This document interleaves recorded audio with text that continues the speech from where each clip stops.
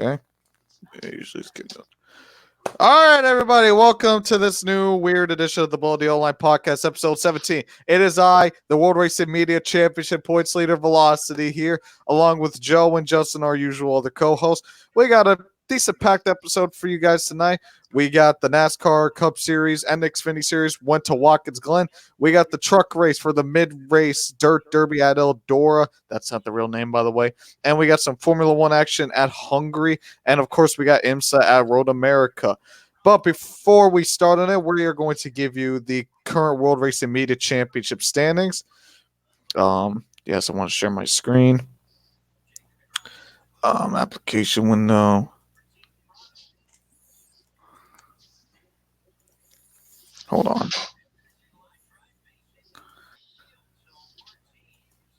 Okay, do you guys see this? Yeah. Yes, I do.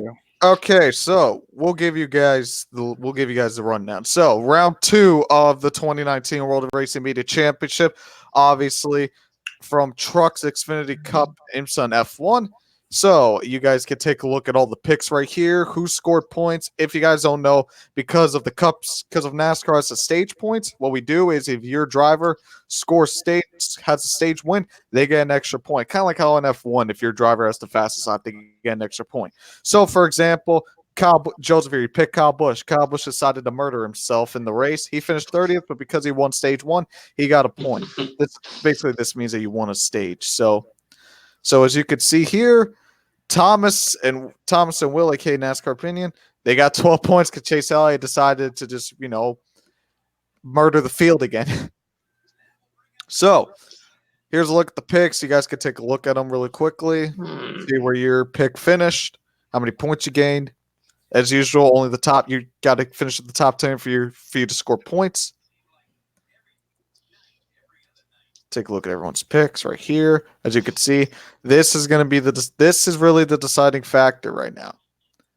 See, only 4 people. Here's the thing. Only 4 people voted for IMSA. Yeah. But as you can see right here, it does pay dividends. Yeah. Kind of.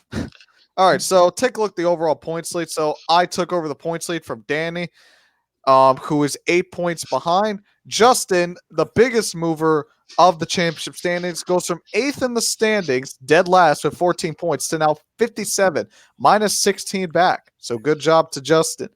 Will drops from 3rd to 4th in the standings, minus 19. Joseph, another good performance from 7th to 5th. Thomas, he's the second driver. Why am I saying driver? The member.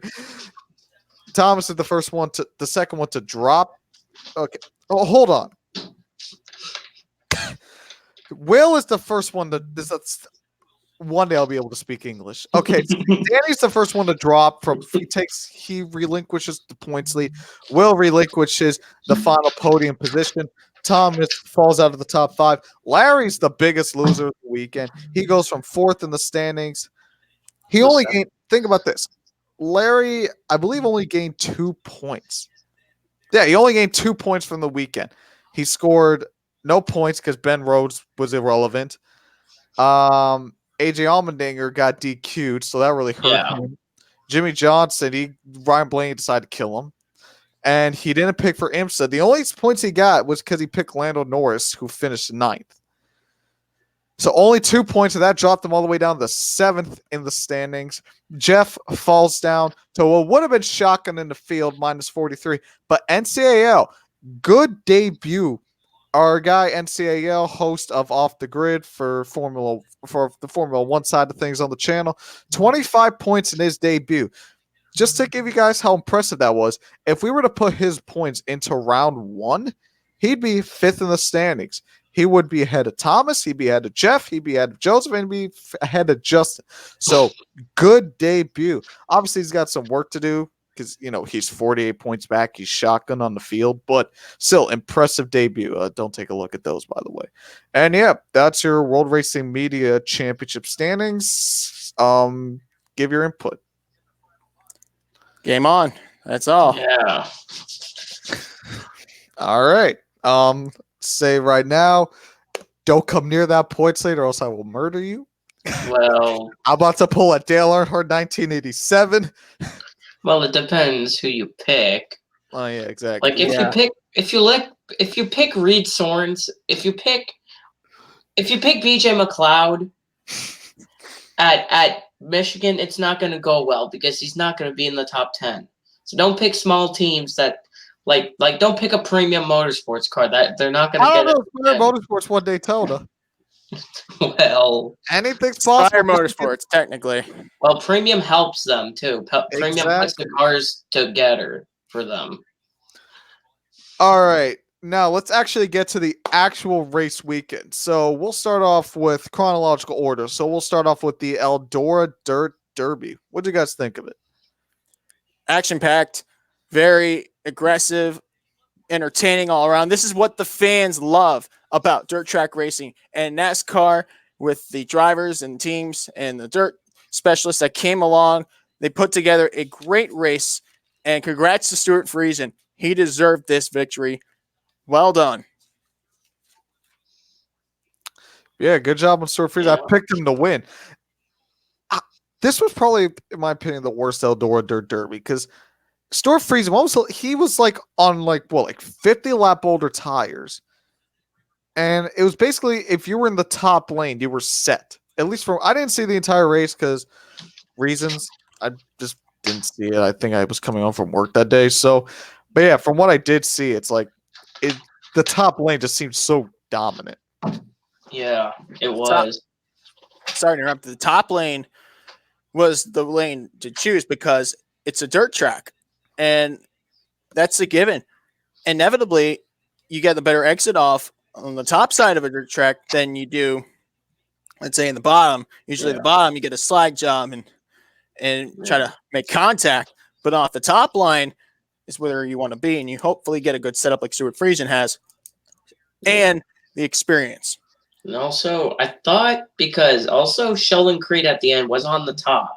I thought he would have closed in a little bit more because he was also on the top lane in that 2 truck and didn't close in too much because he was second and he was on the top side trying to gain some time. And he did hit the wall a couple times during the race and got second place. I know Briscoe had damage because the big one. I still don't know how he finished 7th despite the contact. Yeah, he had rear damage. It was really damaged in the rear, but I did not expect to see that big one going in the turn 1 with Christian Eckes, and oh my, I did not expect to see that big one. I saw that. It was so slow. Yeah. So honestly, it just made it even more hilarious. Like I saw it, I was like, "This is not happening." Yeah. It was just funny to watch. It's just like, it's like, oh, it's the big one. This is really slow. Yeah, like I remember how Ben Rhodes and Tyler Dipple were mad at each other. Don't know what Ben Rhodes was mad for at Tyler Dipple. There was definitely contact. At one point of the race. At one point or another. Yeah. Seems like this season we've been seeing a lot more like altercations, like just in all 3 series. Especially this weekend. Yeah. Oh yeah, this weekend. Oh yeah, we'll get to that we'll get to that when we talk about the Cup race. Yeah. So. And also about the truck race. It was quite interesting. Grant Enfinger 3rd in that 98 truck. So he almost won last year, and he got 3rd this year. So that's really good for Enfinger. He's still the points leader. Grant Enfinger is locked. He's locked into the playoffs because there's one race remaining. That's Michigan. Yeah, Michigan is left. And then you have sorry for interrupting. There's one driver left that can be bumped, and it's Matt Crafton. All he's got to do is put on a clean race and hope that drivers like Todd Gill and Harrison Burton, Sheldon Creed, all the people Rhodes don't win. Yeah, because they're not in. Ankrum and Chastain, they're underneath 12. They're like down there, but they have a win. They're locked in because they won. They're locked into the playoffs. They're both in the top 20 in points. Correct. And Ankrum's driving for actual DTR Crosley, so he's not starting parking for Joe Nemechek. So he will be. Will he be with DTR Crossley though the entire playoffs? That's what I want to know. I think possibly if David Glen knows that he's in the playoffs, that they're going to run him and get some sponsorship for him, like DGR could be on the truck or Do you Crosley. think that, Oh. let's say they can't put him in the 17, do you think that maybe they kick, let's say, they're usually a two-truck operation. So you already know Yeah. Natalie Decker is going to be in all the races. But Oh, let's yeah. say that they can't put him in the 17. Do you think they'll tell Decker to get out of the truck because of Ankrum's playoffs? They could. It's possible. Because, like, Ankrum, like, I know DTR Crosley wants to become, like, big, and having good points will help. They have the capabilities to be Yeah. one of the top teams. They do. Yeah. Yeah. It's like, They just got to pick They drivers seriously that have. don't suck. They like- have potential. I see raw talent in Yeah. Tyler Ankrum, and yeah. Todd Gilliland, I believe, is going to join the team next year and drive the 54 full time. But my question, who would drive the 4 for KBM is the problem. Is it going to be Christian Eckes? Because Eckes, he's doing good. Christian Eckes, I Yeah, think, because might be the best choice. like you see, he's driving for Venerini. He's second points in ARCA. He's driving for Venerini Motorsports, and he's performing well. He's closing in on his teammate. The only way Eckes has more of a chance is if the dirt track races for that Self has a better race, and Eckes won on dirt before, so and he ran Eldora, so he might do good because he's only about 90 points back. Well, how many points do you gain from an ARC race? Let's say you win, like you gain max points. How much do you gain? I wonder. Give around 100 points. Is it Yes. Usually. Okay, yeah, because I know everyone was saying it's a 5-horse battle for the championship. They've been saying all season long, and then I'd see this gap's -1 something. So I'm like, you got to gain a lot of points in ARCA then, because if 100 points is still in reasonable distance, and it's yeah. then it's hey, you got to. Because Christian Eckes won the last race. He won at Pocono, so it might be different. So Christian Eckes. Yeah, Christian Eckes won the last race. What happened? Eckes won the last race. Eckes won last race at Pocono. So he should be gaining some points if he could win the both. But also the problem about trying to win an ARCA race out of dirt, I know there's going to be dirt drivers. I already know Logan Seavey, that won at DuQuoin last year. He's in the race for Venerini in both dirt tracks. So that's going to be hard. And also, for the truck series, Natalie Decker not performing. Natalie Decker. Here's the thing. I would say Natalie Decker's set for that truck, but it's Todd Gilliland. Todd Gilliland can bring sponsorship. Todd Gilliland, listen, I think he could be a contender. He could contend for a championship if Todd Gilliland takes that 54 truck. Nothing against Natalie Decker. I'm a fan of her. I've always liked her from the very get-go. But Gilliland has the results. Decker has the dollars. There's a difference. Wait. What happens if DTR becomes a 3-truck team and puts Alfredo full-time in the 15? No, hold that thought, because Anthony Alfredo is the man on the game here. I think he has the same kinds of potential that Tyler Ankrum and Todd Gilliland do have. But as for Natalie Decker, sorry. Well, I'm just tough shit. I'm just saying if the 15 becomes a full-time ride.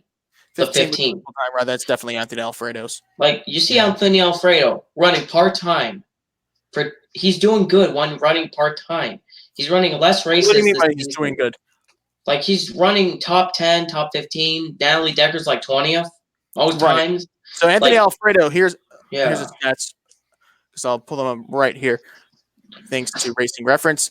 I swear, every time top 10s. every time we mention trucks, we always some way, It's shape, or not form. the best. I mean, he has potential. There's some instability, but I think in the long run, Anthony Alfredo will pull through and get some better runs. Yeah, Jeff would be happy. Jeff would be happy about the. Let's talk about Anthony Alfredo. By the way, Jeff has balled up Brady. Go check him out. Ball One Up of the best Podcast. podcasts out there. Yeah. Like about Anthony Alfredo, he could have had a good race at Pocono. Got caught up in the lap one wreck when Stuart Friesen spun out on the first lap at Pocono. He was the truck that got the left side door peeled off. That's Right. So he couldn't control that. He could have got a good finish. Here's how I see DJ. Here's how I see. Shout out to Ashley. Hello. Welcome. I think Christian Eckes will get the 4. Christian Eckes will get the 4, yeah. I do think that Gillen will go to the 54. Because Gillen, he's just having a sophomore slump. This isn't the first time we've seen it. Suarez had it last year. Ed Jones had it last year. Hey, who else has had sophomore slumps? I mean, Valtteri Bottas had a sophomore slump with Mercedes. Hey, did you know Harvick had one in 2002 also? Harvick did exactly. Kevin Harvick, it's not uncommon. Gillen's just in a sophomore slump, in my opinion. But it's like, it's same at the end of the day. It's like you missed the playoffs 2 years in a row in KBM equipment. It's like, come on. If Gillen gets out of the 4, is Harrison still in the 18? I think Harrison will be in the 18. I mean, like Harrison has it's just his first season. I mean, think about it. Noah Gragson didn't even make the playoffs in 2017. Yeah. Want me to compare the two drivers? Well, I'm on Racing Reference. Let me do this real quick. Watch me drink my jug of water while you do that. Publix water is better. But this is cheaper. What's cheaper? What kind of water? Aldi's water. Aldi's water. Okay, Publix water, Aldi's water. Where shopping is a pleasure. Where buying a jug of water is 79 cents. Well, my uncle buys 18.9 liter. Those big ones. Those huge jugs. Yeah, those from ones. outside the store. Yeah. Welcome to the Below the Line podcast, where we talk about water and how much it costs and how big they are. This is your regularly scheduled program right here. Oh my goodness. About Harrison Burton. About Harrison Burton, the 18. I feel like it's a good move because he started in 2016 running trucks. You've seen what he's done in K&N and ARCA. And here's his 2018 season, Justin. Sorry to cut you off, but he has no wins, 7 top 5s, 9 top 10s, and let me get this. So Todd Gillen on Racing Reference. Now on the flip side, he has 0 wins, 3 top 5s, 9 top 10s, and 1 pole. Led 39 laps. Well, going back to Harrison Burton has led so far a total of 10 laps. Well, this season, Harrison Burton almost won at Dover, remember? Yes, indeed. He was running up front at Dover. I'm trying to think. Oh, at Chicagoland. Chicago was another close call for Harrison Burton. I just don't see the same stability has to fall in place for Todd Gillen. But the thing about Todd Gillen is he cracks under pressure. While Harrison Burton can manage the top 10 runs, I'm not talking about the races lately. Harrison Burton has the better edge than Todd Gillen. Todd Gillen could qualify the truck, but Harrison Burton can finish. Yeah, it makes sense, doesn't it? I want to go back to the Eldora Dirt Derby for a second and about the racing that we saw. Yeah. So obviously it's dirt. We know the top line is going to be the preferred lane. I mean, we see it with sprint cars and late models all the time. But it seemed like this year just seemed worse. It seemed like if you weren't, it's in previous year, okay, the top line is going to be preferred. You could at least make something work with the bottom. This year, it just seemed like, oh, you're on the bottom.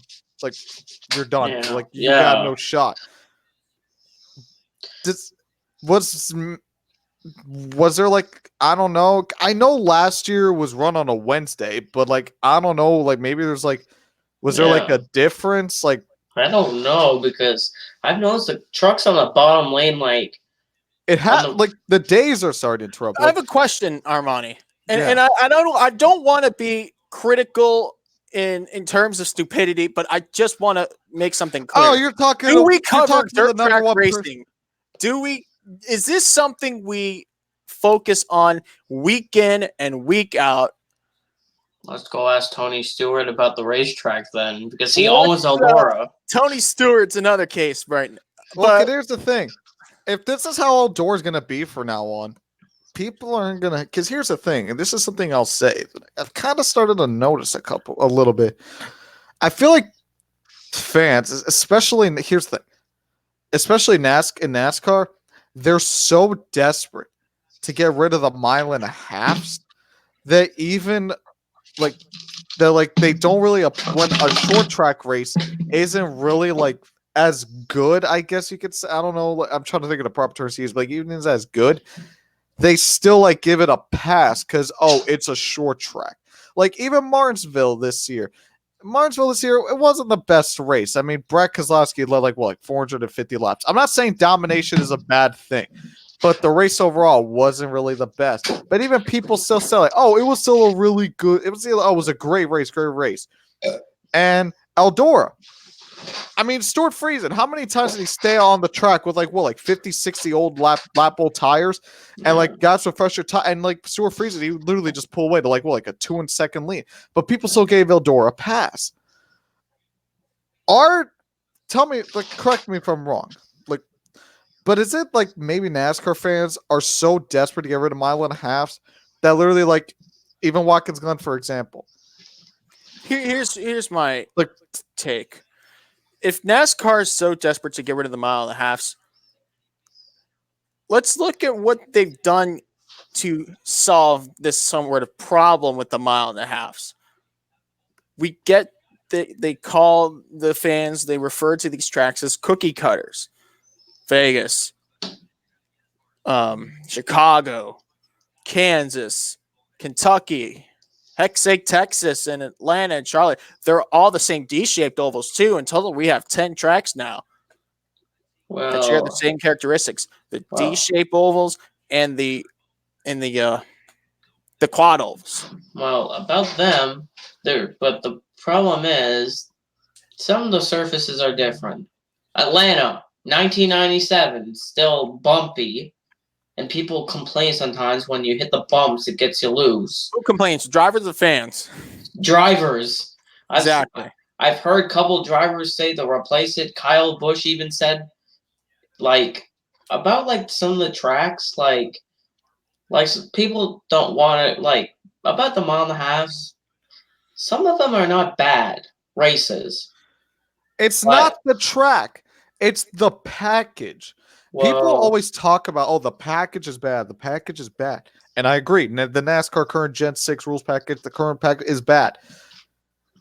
But I feel like people are starting to confuse tracks that are starting to generalize. Like, you hear mile and a half, people say, they're all bad. Let's say, mile and a half, 2-mile tracks are bad. Specific tracks, yes, they're bad, but not all of them. Here's another question. You got to get the right package, though, in my opinion. There are some tracks where no matter what package you use, the races are going to suck. Kentucky is a primary example. It's been through 2011, 2012 with the COT, 2013 to now with the Gen 6. I mean, besides this year's finish and 2016's fuel mileage, the pure on-track product, it's a hunk of garbage. That's why Kentucky's my least favorite race of the year. My question, why did Kentucky repave the old like the 2014 surface, like when it started? The surface was better. The old surface where it was so bumpy that there was actually people racing side by side most of the race. I feel like what people don't ask for, they ask for a different rules package. They ask for more short tracks. Yeah, go ahead. No, go ahead. No, you finish. What we need to start asking for is starting to come up with a solution. Or I feel like people need to start clamoring for it. Here's the question. To get the proper package that'll work in twine with said tracks. So let's say, okay, we just want a better package in general. Okay, your better package may work for Kansas, but it ain't going to work make Kentucky better, but it'll make Kansas worse. Or your better package will make Martinsville better. We need a pack. We'll need. Obviously, I'm talking about like multiple packages stuff. I'm starting to like. I guess kind of like what. Here's what I'm trying to say. If let's say the Gen 7, it makes a 1.5 mile program better for NASCAR, but it makes short tracks worse. Fans are just going to say, get rid of the short tracks, bring more 1.5 miles. Why don't we try to make something where it'll work for the 1.5 miles and it'll work for the short tracks and it'll work for the road courses? Because this package, it only works for the 1.5 miles, and even then, under certain conditions, but it makes short tracks and road courses worse. You could take a look at this. I mean, Truex said it. He couldn't get past, he couldn't do anything with Chase Elliott once he got to 2 car lengths because he felt like there was a pocket of air at Watkins Glen at a road course. Yeah. Yeah. I completely agree. Watkins Glen and the package for Truex, I think, came to his disadvantage because you had a beam of aerodynamics that affected the car late in the race. And I'm just trying to put this into words. He couldn't. He could catch the 9, but he wasn't able to pass them. This was like 2 LMGTs at Le Mans with the BOP rules. Don't even get me started on BOP. But seriously, I kind of sense it. The BOPs are there. But how couldn't Truex do that? But how was it different than Xfinity? Because Xfinity has less downforce. The Cup cars, think about it. The Cup cars got that giant rear spoiler. They got the giant splitter. That punches such a hole in the air, then it makes dirty air even more king. I remember before. The only reason it works at like Kansas and Charlotte and these tracks is because it got such little horsepower. And even then. Well, it's like the old package. The problem about the Cup cars before, the package made the cars loose, out of control. I'll talk more about what I think about the whole Cup package because I kind of changed my opinion on it. I'll talk more about that once we get to actual Cup part of the podcast of Watkins Glen. Yeah. But yeah, back to Eldora. Like I said, I don't know if there was any difference. Maybe the tires just didn't matter, as maybe just the Goodyear just brought a tire that didn't wear. So I'm not sure, but it just seemed odd that the top lane seemed more dominant than ever previous weekend. Or maybe it's just because we've been here already a few times that the teams already know what kind of setup to use. There you go. Except just said. When we first got to Eldora, think about it, the first 2 or 3 years, no one knew. They kind of just said all right, fuck it, we're just going to do whatever, see what works. Now the teams, they're like, okay, we know what to put. We know what kind of setup to make. So that's why you're starting to see these races be more dominant. I noticed there was only 2 leaders. The guy that led the most laps was Briscoe, but he pitted late. That's how Friesen got the lead, and then Friesen won. It was basically Briscoe until the caution. Sorry, go ahead. And Friesen. It's basically Briscoe and Friesen. Everybody else tried, and it didn't work. I'll wrap up my point, then I'm going to give off the point standings for the trucks. The domination, I say, is because the teams finally figure out what kind of package to use for Eldora.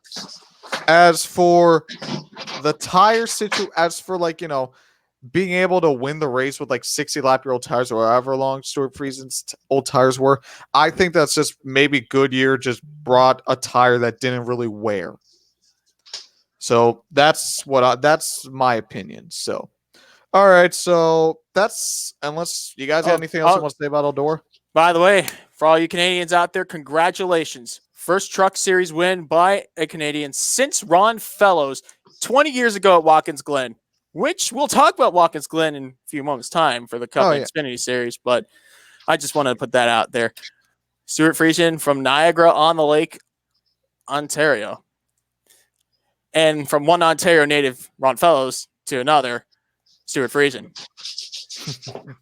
All right. So, as usual, I'm going to give you guys the point standings for the Truck Series. As usual, top 10 in points, in case those who actually care about the pure point standings. Then I'll give you guys the playoff grid, those who are locked in, those who need those who are in by points, and obviously those who are 100 points from the cutoff line. So here we go. Grant Enfinger's your points leader, followed by Matt Crafton in the runner-up position, minus 52 back. Stuart Friesen keeps his third, moves up to third, minus 55. Brett Moffitt, fourth, minus 58. And Ben Rhodes rounds out your top 5, minus 115. I'll talk more about this when I give the playoff grid, but it'll just show you how crazy the Truck Series point standings are. Harrison Burton is 6th, minus 116. Todd Gilliland is 7th, minus 149. Sheldon Creed is 8th, minus 172. Austin Hill is 9th, minus 191. And right now, your top 10 is Johnny Sauter, minus 204.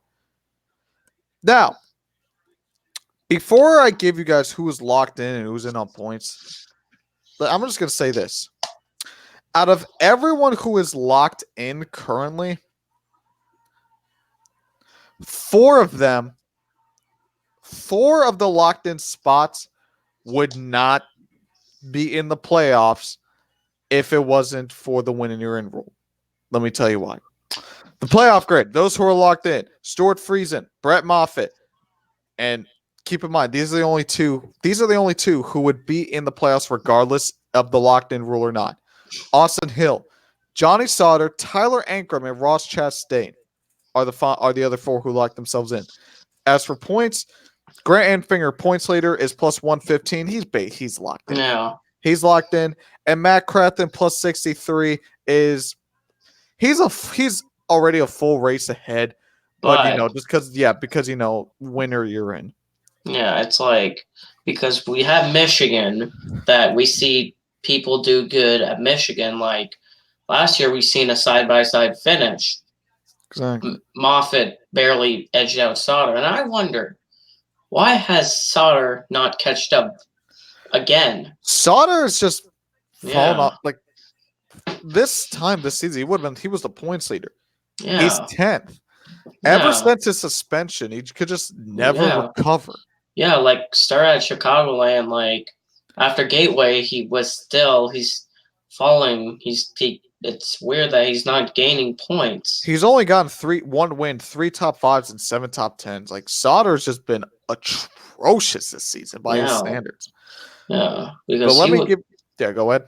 He was really good last year with GMS. Like he didn't have a bad season like that. Like it's just weird how he's falling off so badly. All right, I'll give you guys the cutoff as usual. Those who are 100 points for the cutoff. So 9th through 11th. Ben Rhodes, minus 63.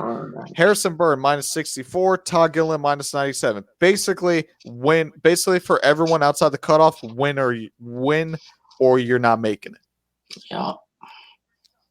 And those are your Truck Series points, South/playoff standings. Who are some surprises? Basically, it's the same thing. And we'll talk more. We'll go back to the Truck Series when we give our Michigan picks. So I think that's all to talk about for the Truck Series, unless you guys got anything else you want to say before we move on to Xfinity at the Glen. Yes, no, final answer? Okay, we'll move on. One more race at Michigan. Can Crafton win? I don't know. It depends.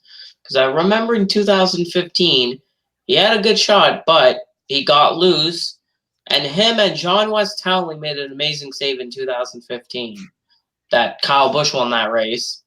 Yeah. But, I don't even know how Crafton saved that. When he got loosened underneath, who is it? Oh, my God. John West Townley. And him and Townley got sideways. They both saved it somehow.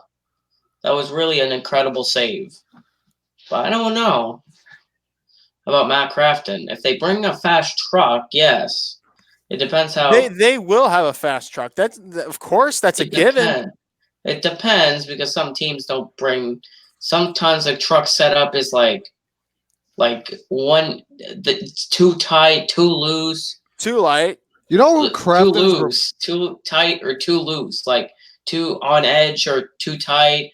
It doesn't turn. You need a good truck through the center of the corner. Yeah. When you're at Michigan, you want to have the ability to stick through the turn, especially with tire wear.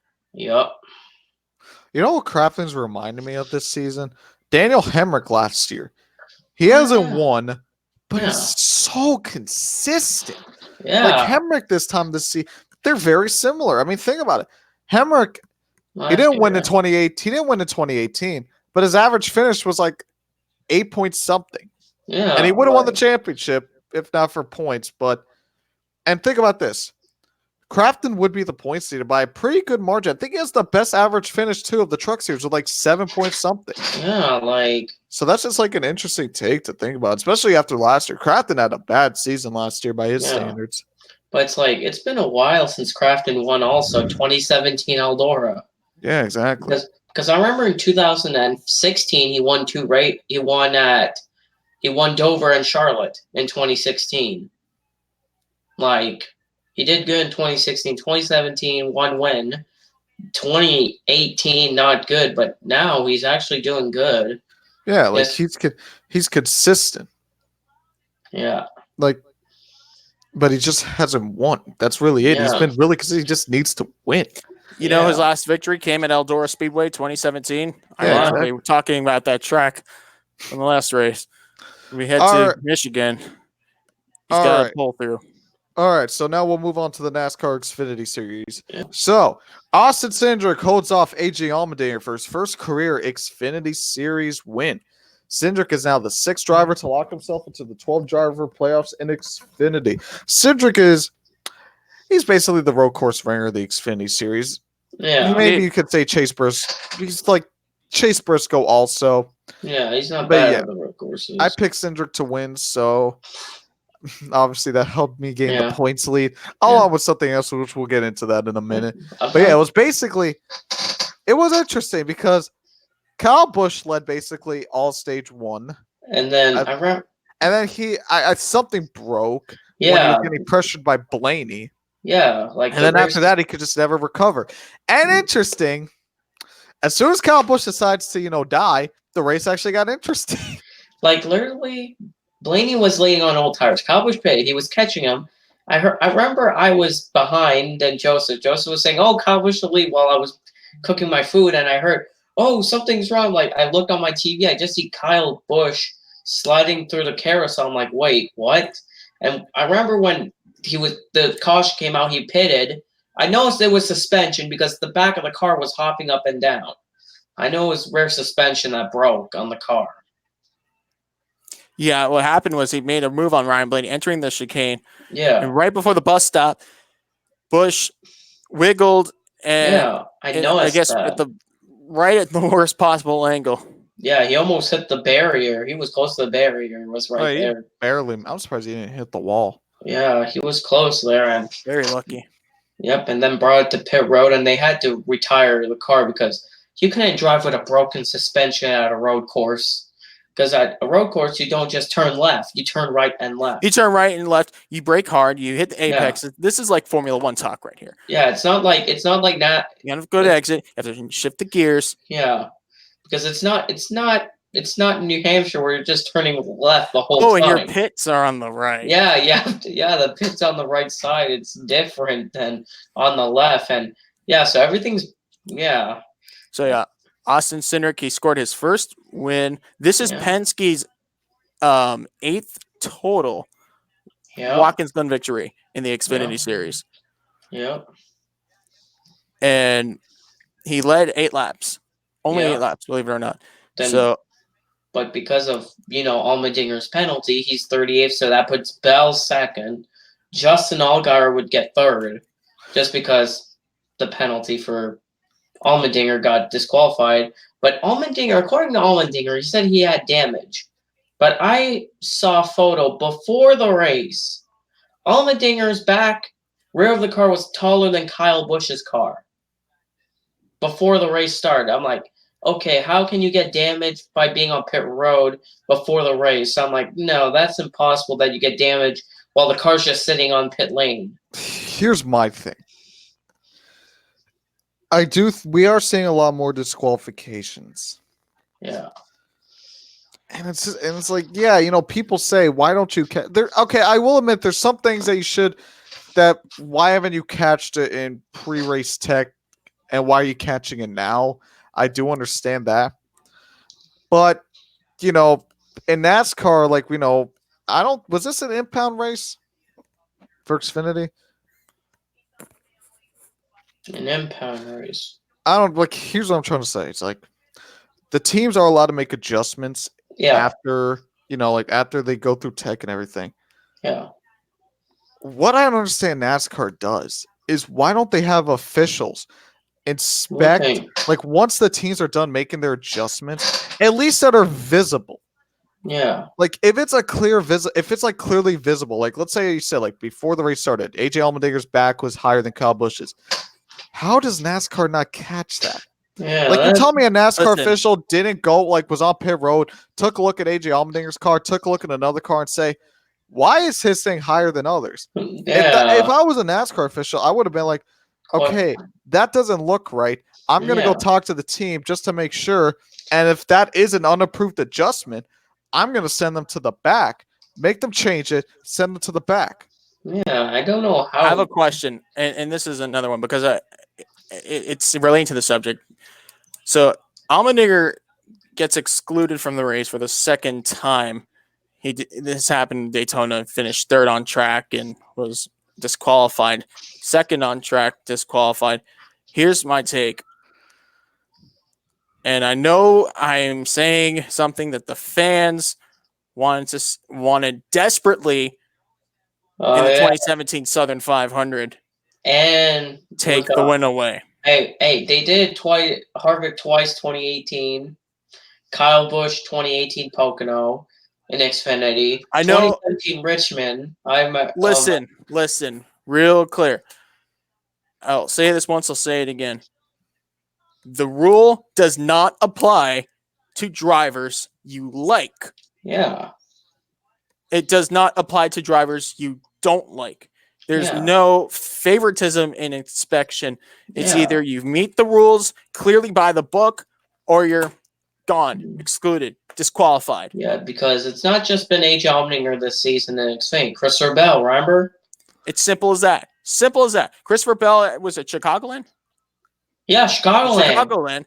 And everyone's like, cheater. Good job. Good for you. I'm not speaking in direct sentences to anybody in particular, but I'm just talking in terms of the some of the fans I've seen on social media. But then Ross Chastain. Okay, Ross Chastain got disqualified at Iowa.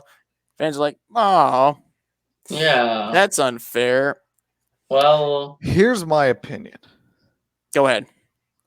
Because we see a lot more pre-race tech failures than we do post-race tech failures.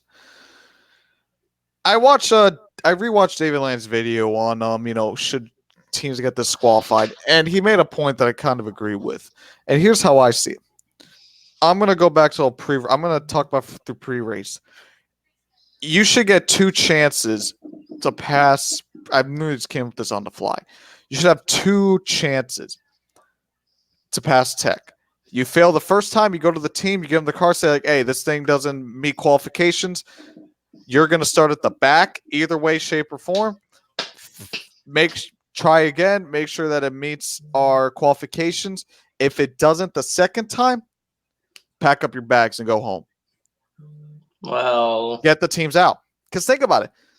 The teams don't think about it. It's like, okay, yes, disqualifying, it hurts them more than, encumbered. Listen. But at the same time, we're still seeing this more than ever. Like, DQing somebody, it's not really changing anything.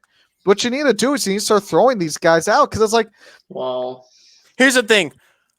I believe the teams are way too much immune to the pre-race inspection failures that they won't change anything up for post-race. There's a stronger effect on failing post-race inspection than there's failing pre-race inspection. Yes, I understand there's fines and suspensions. People from the teams get kicked out. Owners pay fines. Okay, but how much does that that doesn't affect anything? It's still many teams view that as a slap on the wrist rather than a severe penalty. But, hey, it would be I don't know about that. It's hard to pass inspection. How about we try to how about it can't be that hard to pass inspection. I mean, how about Colleague Racing hires us to try to fix their cars and not fail inspection? Would we fail it? We would probably. They mess with have the car. rule book. They know what isn't Well- and isn't allowed. It's not like NASCAR literally just is like, okay, go here and just hope and pray that you pass. It's like, no, they know what's that. They know the rule book. So that's what I say. I mean, It's we put these cars through a disco party, a glow in the dark tent. I call it a disco party, and they inspect the cars thoroughly, each way you look, and there's a result, positive or negative. Well, we should go join. We should join Carl Long's team and be co-owners of Carl Long's team and know the rule books because, like in podcast number 11, I said that every fan should get the rule book. And I told you Mike Harmon should go to NASCAR. Yes, Mike Harmon would do that. sick boy.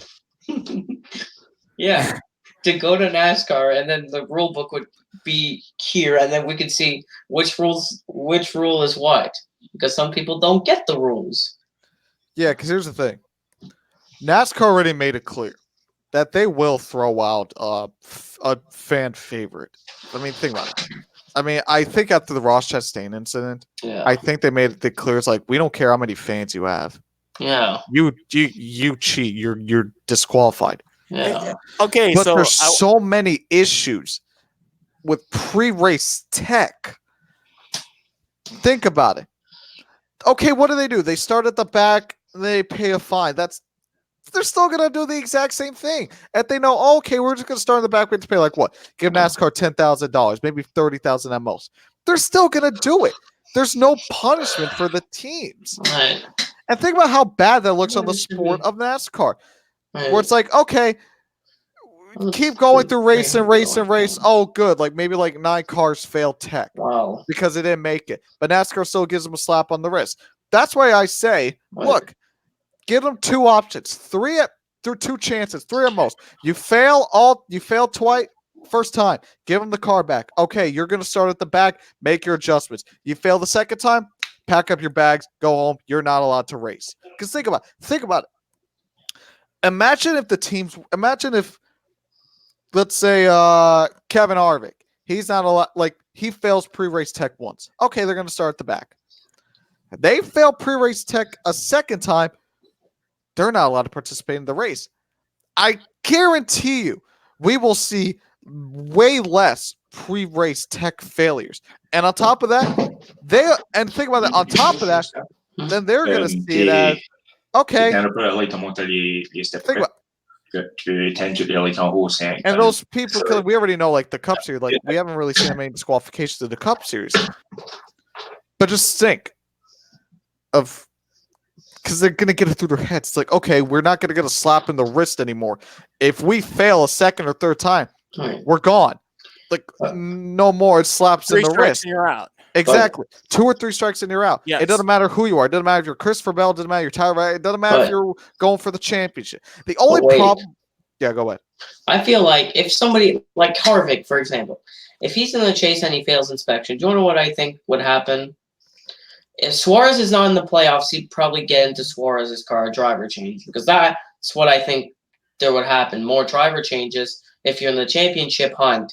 I don't think there'd be a driver change. Well, you never know. It's Tony Stewart would Okay, a decide driver change.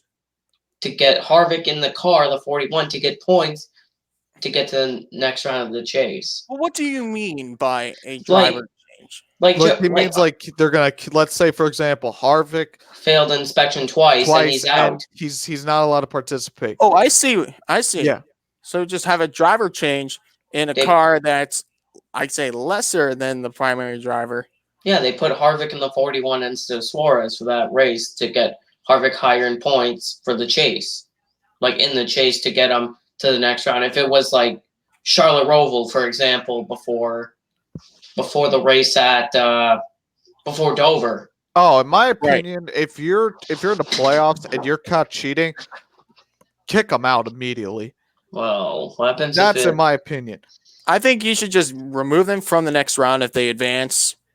Yeah, like let's say with Harvick, since he failed inspection at Texas last year, I would have say throw him out of the round of 8. He's eliminated on automatic elimination, no shot. Because it's like, yeah, you're gonna let a cheater have a shot at the championship? No. What? Well, like, Or do you offer a mulligan like we have, and he goes to Phoenix, which he had to successfully race into the Final Four, he barely and Either did. A survived. automatic elimination, or B a big enough point penalty to where he's forcing a must-win scenario. He can't point his way in. Well, like at Phoenix, it would have been different. Only if you know what happened at Phoenix towards the end. Phoenix. Phoenix, because that's Harvick's playground. Remember what happened? Denny Hamlin and Kurt Busch caused the big wreck, knocked out Kurt Busch and Chase Elliott out of the playoffs. Yeah, like that's the problem. That's one of the things that caused Almirola barely almost making it in, but Harvick beat him by barely. All right, so one thing I want to talk about Watkins Glen. Christopher Bell, he's not bad at road courses. Yeah. That guy made one of the He's a pretty best good saves. He's a pretty good road course racer. I mean, think about it. Yeah. I remember last year he was running top 5 at Watkins Glen. Yeah. I don't remember how he did at Mid Ohio and Road America. I remember Mid Ohio was running up front, but until Sadler got in the back of him and he finished towards the back because Elliott Sadler spun him on the restart in the turn 1. Okay, so there's that. Mid Ohio, I think he finished top 5. So Christopher Bell, he's an underdog road course ringer. I mean, think about it. He's an underrated road course racer. He's a dirt ringer. But, yeah. He's an all-around racer, in my opinion. Let's talk about that save going up the S's real quick. Oh my gosh. I didn't expect I'm in shock. Yeah, how we saved that. I cannot believe. I thought that was a big one. We all saw that car spinning almost 90 degrees. And I'm like, okay, there goes half the field. He saved the car. Yeah. Yeah, that was impressive. That was insane. And also about Mid Ohio, Regan Smith is going to run Mid Ohio and at Road America, driving for Junior Motorsports. A former winner. Yep. At Mid Ohio, 2015. Yep. When he made the blast in the final turn, made a bump on Alex Tagliani in the 22. And all right, so go ahead. Also about Mid Ohio with Regan Smith. It's been a while since Regan Smith ran an Xfinity car. It was 2017 Mid Ohio driving for Joe Gibbs Racing, the 18. He ran the 18 for that one race. That's been a while for him. And Jeffrey Earnhardt's back in the 18 again. And like about Watkins Glen, that was really interesting how Cindric gave him a bump, then Allmendinger gave him a bump, and then Cindric got a run because Allmendinger messed up turn 7, coming towards the white flag, and Allgaier. I thought the race was over after that bump. After Allgaier got turned in the bus stop. Oh my goodness, that bump got turned in the bus stop, and then Chastain, and oh my goodness, Yeah. Like he was mad because Allgaier when Ross Chastain wrecks Kevin Harvick at Darlington, everyone's like, "Hell yeah, Ross Chastain, give him hell!" But when Justin Allgaier retaliates to Ross Chastain, everyone's like, "Oh, Justin Allgaier is a piece of shit." It goes back to what Jill just said earlier about special fan favorite treatment. Yeah. I thought it was fair game. Think about it. Ross Chastain drives aggressively. Everybody knows that. Yeah, he is. If you keep doing that, eventually somebody's going to say, okay, I'm kicking you to the curb. And that's what Justin Allgaier did. Yeah, because it was lap 12 when Allgaier got spun out into the barrier in the bus stop. And Allgaier had nowhere to go. Allgaier had the wall and the curb. He couldn't go anywhere else because he was going to be in the wall, almost in the grass, going to the I thought it was hard racing, but Chastain had it coming to him. Yeah, because I wouldn't. And like everyone is like trying to say that Allgaier's a piece of shit for it. It's like to the NASCAR. Here's my message, CEO World Racing Media, current championship leader. Here's my message to the NASCAR fans who say that: shut the fuck up. Stop playing. Like, listen, okay, look, I get if you're a Ross Chastain fan and that happens to you, of course you're gonna get mad. Yeah. But stop trying to make it seem like it's not okay when the roles are reversed for basically the same thing. It's perfectly fine.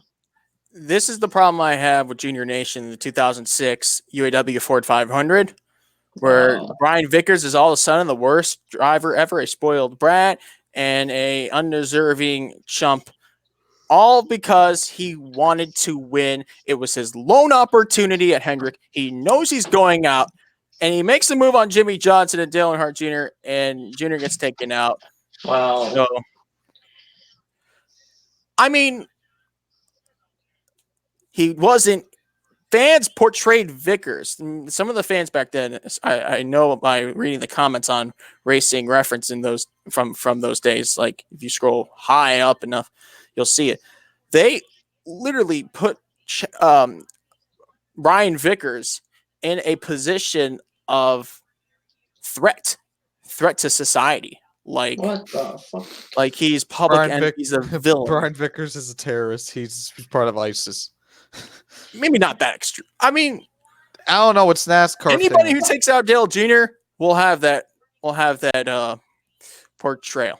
I mean, look at Kyle Busch. Look at how he is today. And Kyle Busch was like, I don't give a damn. Like, okay, fuck it, whatever. Wait. Also about about retaliation and at least retaliation. At least don't attack someone's fodder. Like Bubba Pollard. Bubba Pollard. Matt Craig won the race. Bubba Pollard Matt Craig gave him a bump. Matt Craig won. Bubba Pollard attacked Matt Craig's fodder. That is childish. Why would you? Yeah, that's just low. Child behavior. And you know what else is? why would Unpopular opinion. Why Sorry would to you- interrupt you, Justin. But the Bowman Gray Stadium altercations when the drivers use their cars as ways of hitting each other post race, like putting on some ridiculous scene, is kind of stupid. Well, that's why Bowman Gray Stadium should be 1.5 miles, not a short track. Well, how are we gonna? We're just magically going to Winston-Salem and saying, "Hey." To be fair, Bowman Gray Wait, is literally Joseph did himself. Bowman Gray is literally literally a track and field / football stadium that they just throw cars in. Let's be honest here. That's what it is. It's a field. It's a track and field that they just throw cars on from time to time. Well, if I was at the track, if I was an You're official, still muted. There we go. if I was an official at the track, I would get in a police car, get handcuffs, and tell I should bring Matty Benedetto over because he's a strong dude. And then we go get them, and What do you then mean you bring Mike Harmon? or my car Bring Thick Boy. to chase after them because it's like about that. I don't even know what they were trying to do. Myers, one of them, he's bad. Like, they're always dirty drivers. It's like, you don't do that. You don't. And do you know what I noticed? They almost hit a couple people that were in the infield. This is like security guards. They were almost hit security guards too. And you know who's in the crowd? What? Rowdy college kids having a great time on a Saturday night. Probably drunk. Yes, but that's the target audience of Bowman Gray Stadium. And if you seriously want a driving career and I'm not trying to put down nothing against the track. I love short track racing. I love the Madhouse. No. I think if you win at Bowman Gray, you are a sensational race car driver for handling that kind of a track. But back to my statement, Bowman Gray Stadium is not authentically a great place to show your talent. If that's what the goal is. It's You want to literally a end up on the football field. news at 11 o'clock in Winston-Salem for being in a fight, then go to Bowman Gray Stadium. But what happens if in the news it's you with a broken nose because of an example, if Bubba Pollard comes after you because you touched him a little bit for no reason. You touched him a little bit to try to get underneath him. So and he Paul breaks your Menard and nose. Harrison Burton. Then you'll remain in the late models like Bubba Pollard is and never make it to the Cup Series. Well, Just like that. Well, me and Just you, like that. well, we're not in NASCAR either because I'm not a driver. Well, You're not Or a he could driver. be- well, He's to be a fair, go-kart driver. To be fair, Dick Trickle, he never went. He barely made it to the Cup Series on purpose because he's like, "Yeah, making money in late models. Why would I do? Why would I leave?" No. Well, I know that there's a late model racing series. The Ag Late Model goes in like northern United States and Canada. That I don't even know if I would do good in racing. Probably not the best starts. Okay. I'm the next Jimmy Johnson. I'll be winning like 300 late model races my career. Like I don't even know like about that fighting. It's like why would you attack someone's dad? That's one thing that's weird. That's pathetic in my opinion. Yeah, It's why did Bubba Pollard chase over Matt Craig's dad? Because he's a coward. He's a Like, coward, that and he'll just stay racing in the late models forever. Well, you never know. That's his playground. That's his playground, and it wasn't Bowman Gray Stadium where that took place. The name I'm looking for is Jason Myers. Jason and Burt Myers. They're great drivers. They have talent on short tracks in the modified divisions, which we've seen week in and week out. But let's face it, they're racing in the madhouse because they have I'm trying to find the word ambition. There's something in their family name which makes them strive extra harder to prove these results. And if anybody gets in their way, better watch out. Well, it's not just them that's rough. Mike Stefanik got pissed by a little bump. He's like, yeah, right. Like, but did he use his car to? Well, he yelled at Steve Park for no reason. I would say, Mike, go to bed, you cranky old man, because he's quite old now. I would say, go to bed. You're too tired. Okay. All right. Let's get back to Xfinity. One more thing. I just want to say before we finish up here, if you want to have that kind of career like Burt Myers, and yeah, you're on History Channel. Good job. You're on TV every week. Well, it's better than being. But how many truck starts do you have? How many National Series starts? Well, we have none. One for Burt Myers at Martinsville. One is better than us. 0. Martinsville 2009. That's it. Well, at least he has a star. We don't. We'll never have a star in racing. Probably depends. You guys might not have a start. Well, I'm trying to work on. Don't count me into this. Well, what is if we could get big enough? Is what are we going to create? World Racing Media Race Team or something? WRN Racing. Let's go. That would be World Racing. And Okay, let's get back to the Xfinity Series. Yeah, back on track. Like at Watkins Glen, we had good racing, better than expected. Because some racing, there's some parts of bad. Some Reddick went off. Reddick, I don't even know how. He was always overrunning the bus stop. He overran the bus stop twice in that race, including lap 1. And he still finished fifth. Yeah. Like, Justin Haley got in a crash late. Josh Bilicki was running almost in the top 10. Got caught up in a crash in the 93.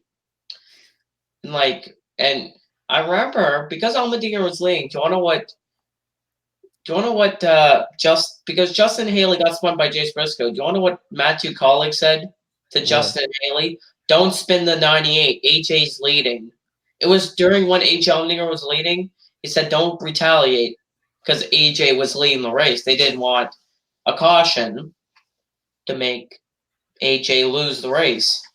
But I remember when Cindric got by the crash. I remember when he was closing on Allmendinger because he had better tires. Like he was closing in fast on AJ Allmendinger, and that move that he made was really normal move. It was not like him in 2017. Yeah, This, no, where he just murdered Kaz Grala. yeah, he didn't spin him out. He just gave him a little bump, but then AJ did the same thing. Then AJ got tight in turn 7 and gave the win to Cindric when he took the white flag. Cindric took the lead and won the race. I'll give you guys the top 10 results. So, Austin Cindric, as we've been stating like a million times, first career win.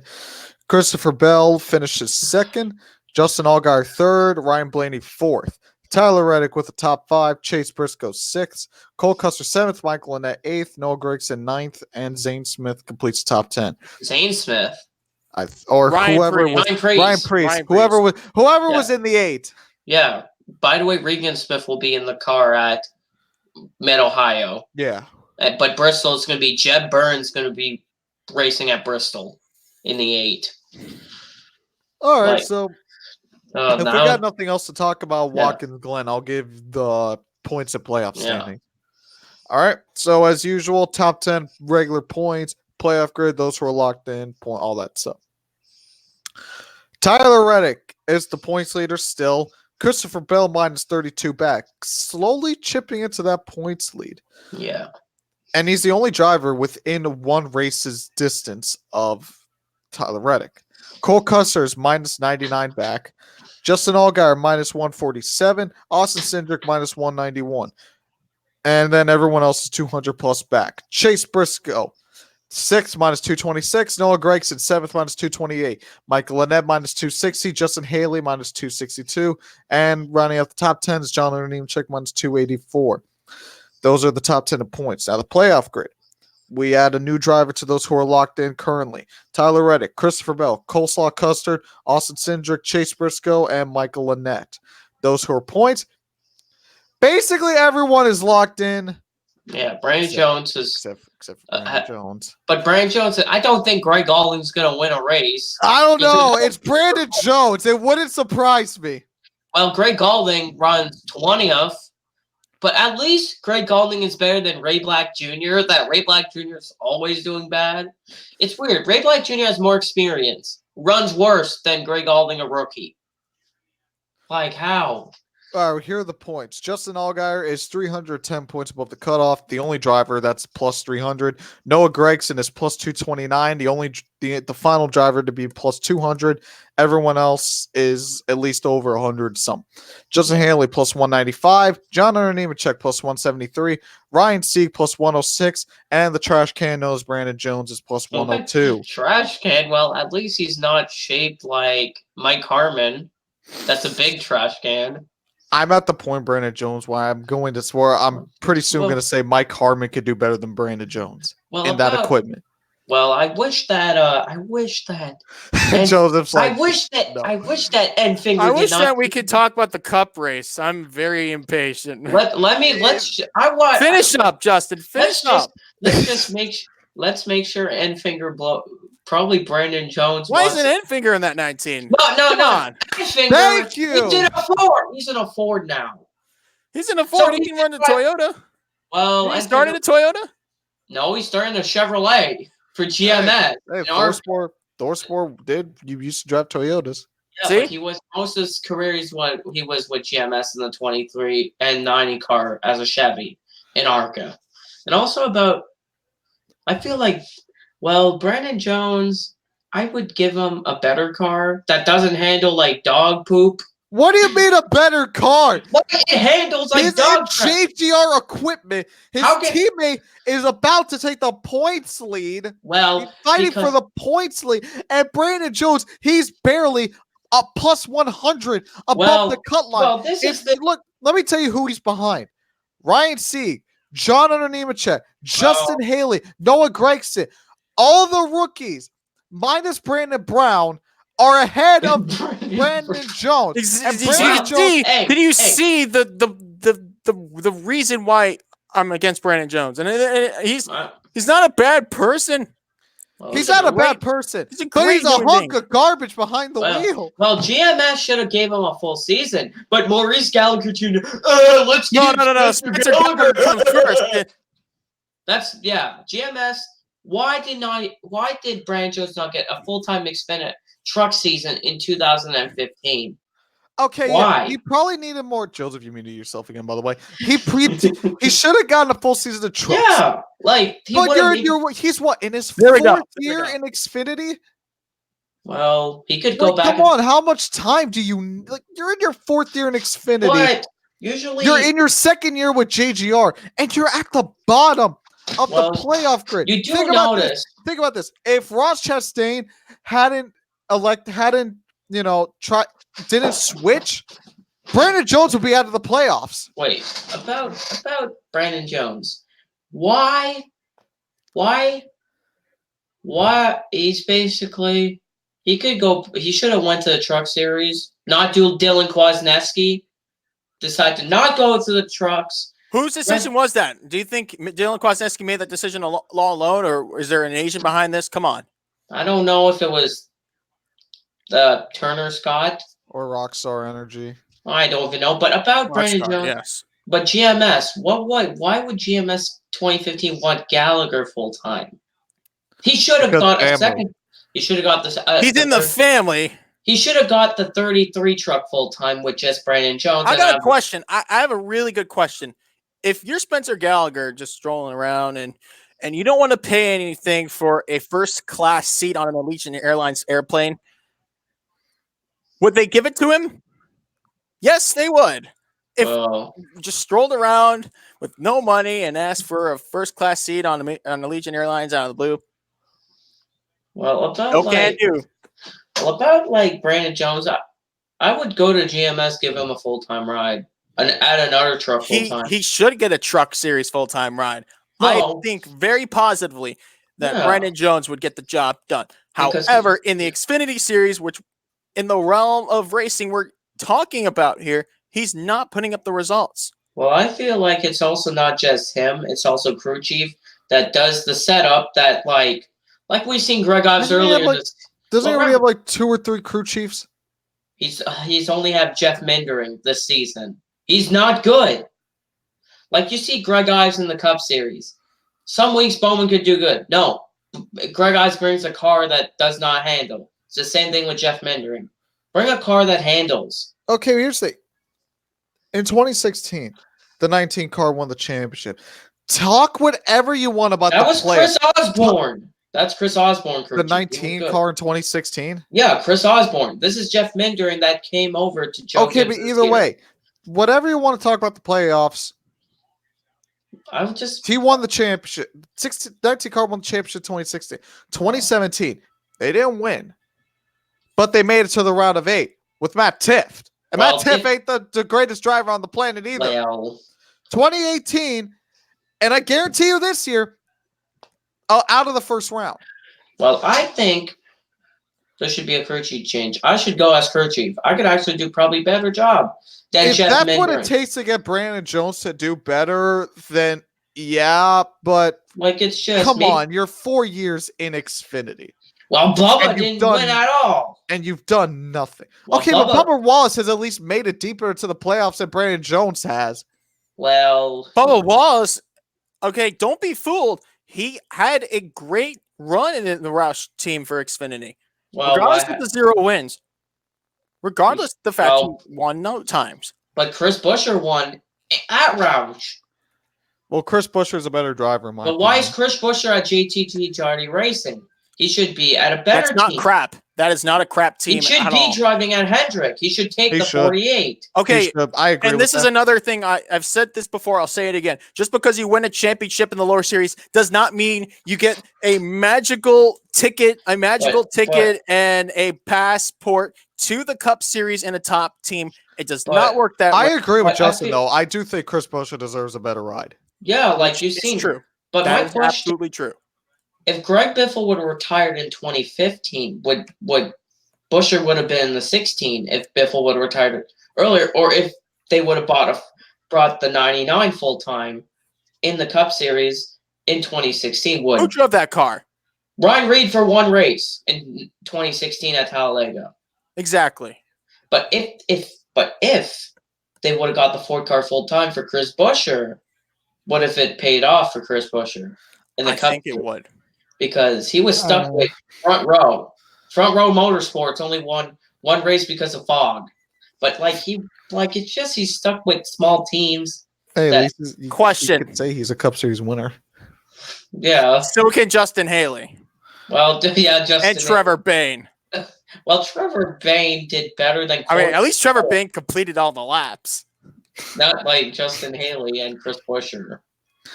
It's just about I feel like Chris Buescher could have a better ride because it's just JTG Jari Racing has RCR Alliance. No, they don't. It's their RCR, full. No, they have a full Hendrick alliance now, Yeah, chassis and engines. but they should have a better crew chiefs or spot. I don't even know because Well, here's the thing.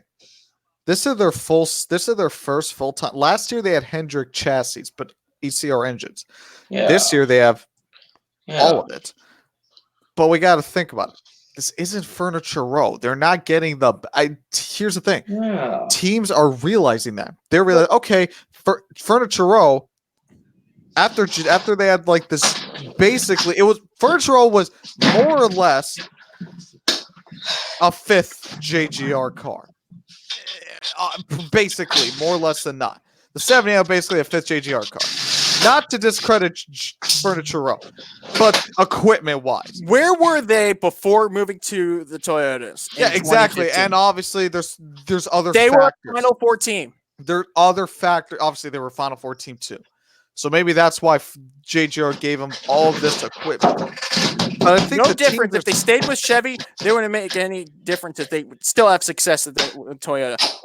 Many people claim to disagree. I, on the other hand, think that Martin Truex Jr. and Furniture Row would have found the same success with Chevrolet that they did with Toyota. So here's what I'm trying to say is that teams are starting to realize now that, okay, we don't want we don't want these teams that we're giving our parts to beat the crap out of us on the track. So we're going to still give them a technical line, but we're not going to give them our top of the line equipment. That's why Levine Family Racing. Need the magic wand. Yeah, Teams want the magic wand. we're not going to give them the magic wand. So that's why JTT Dory, they're improved, but they're not, to the level of Hendrick. That's why Levine Family Racing, they're improved, but they're not to the level of Gibbs. They're like, okay, we'll get you Right. to the 15th to 20th region, to the top 15, top 20 region. And if you want to get to our level, that you're all on your own from there. We're not Matt going to help you out on that Benedetto, one. okay, he just got another top 10 finish in his Cup Series career. And we'll talk about that when we get to Cup. But do we really have anything to talk about Xfinity? So we might as well transition to Cup. Yeah. Well, we're going to be Ohio next race, so Yeah. Yeah. that's their second of 4 road course races in the year. Yep. All right. So, yeah, let's transition to Cup. So you were saying about Matt Benedetto. Matt Benedetto, another top 10 finish. He scored 6th place on the track and 4th if you guys remember, he finished 4th at Sonoma, his best career finish. Okay.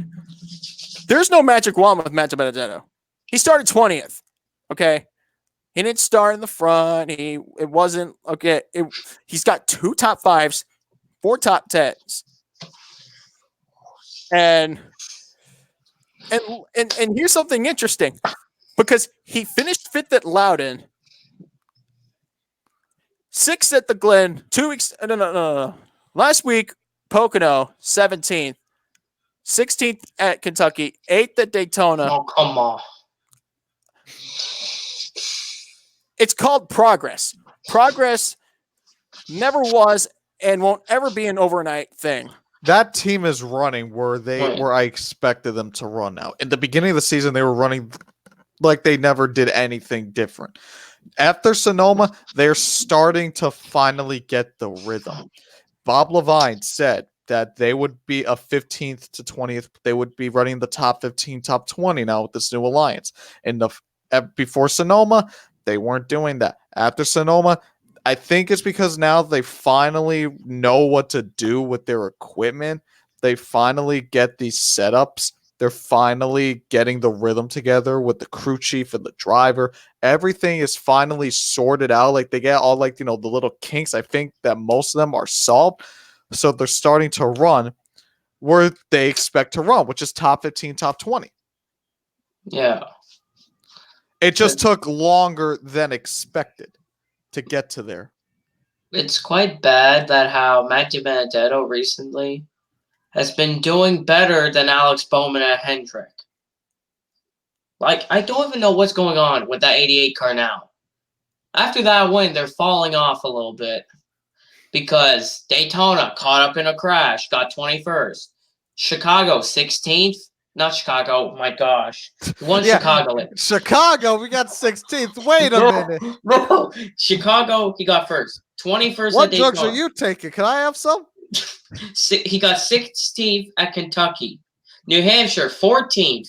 Pocono, 20th. 14th again at Watkins Glen.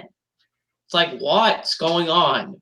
How he's falling off down in the teens and almost in the 20s. And he's losing points now. Ryan Blaney's catching him in points. Ryan Blaney's ahead of him in points. Like, he's getting catch by drivers that usually run worse than him. It's like, I don't even know what they're putting in the setup. Are they just giving him a setup that doesn't work?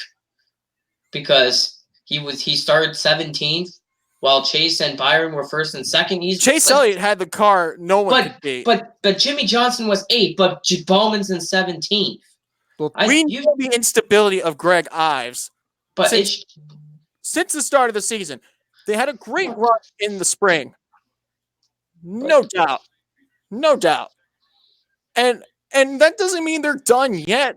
It's just like, I feel Greg like Ives isn't the best crew chief. Well, 2015, all Hendrick cars would always qualify in the top 10 most races. There's no magic wand with driving in Hendrick cars either.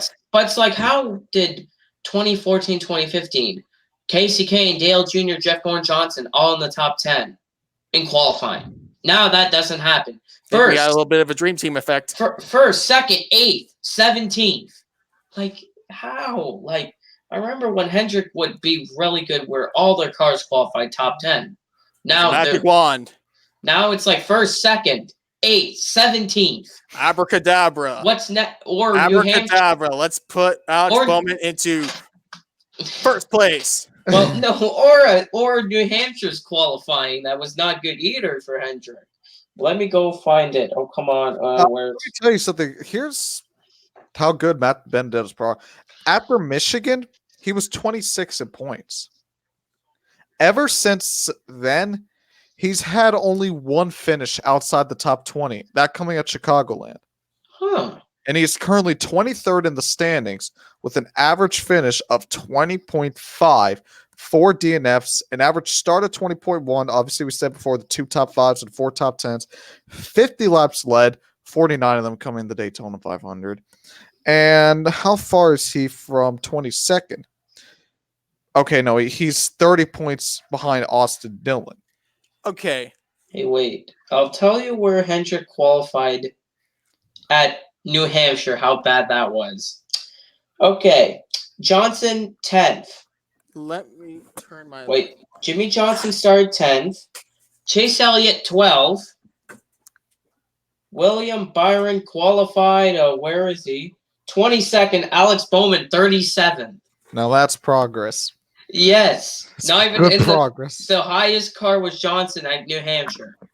Well, Alex Bowman qualifies 37th. But a broken car. I don't know how you break your track bar by doing a lap. And then Pocono's qualifying. Here we go with the magic wand. Hey, Pocono. Wait. Where's he? Come on. Bowman, 12th. Alex Bowman, 12th.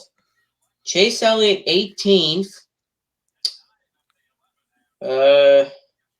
Byron, 31st. Johnson, 32nd. Hendrick has just been really inconsistent this season. But then we head to next race. Wait. Then we head to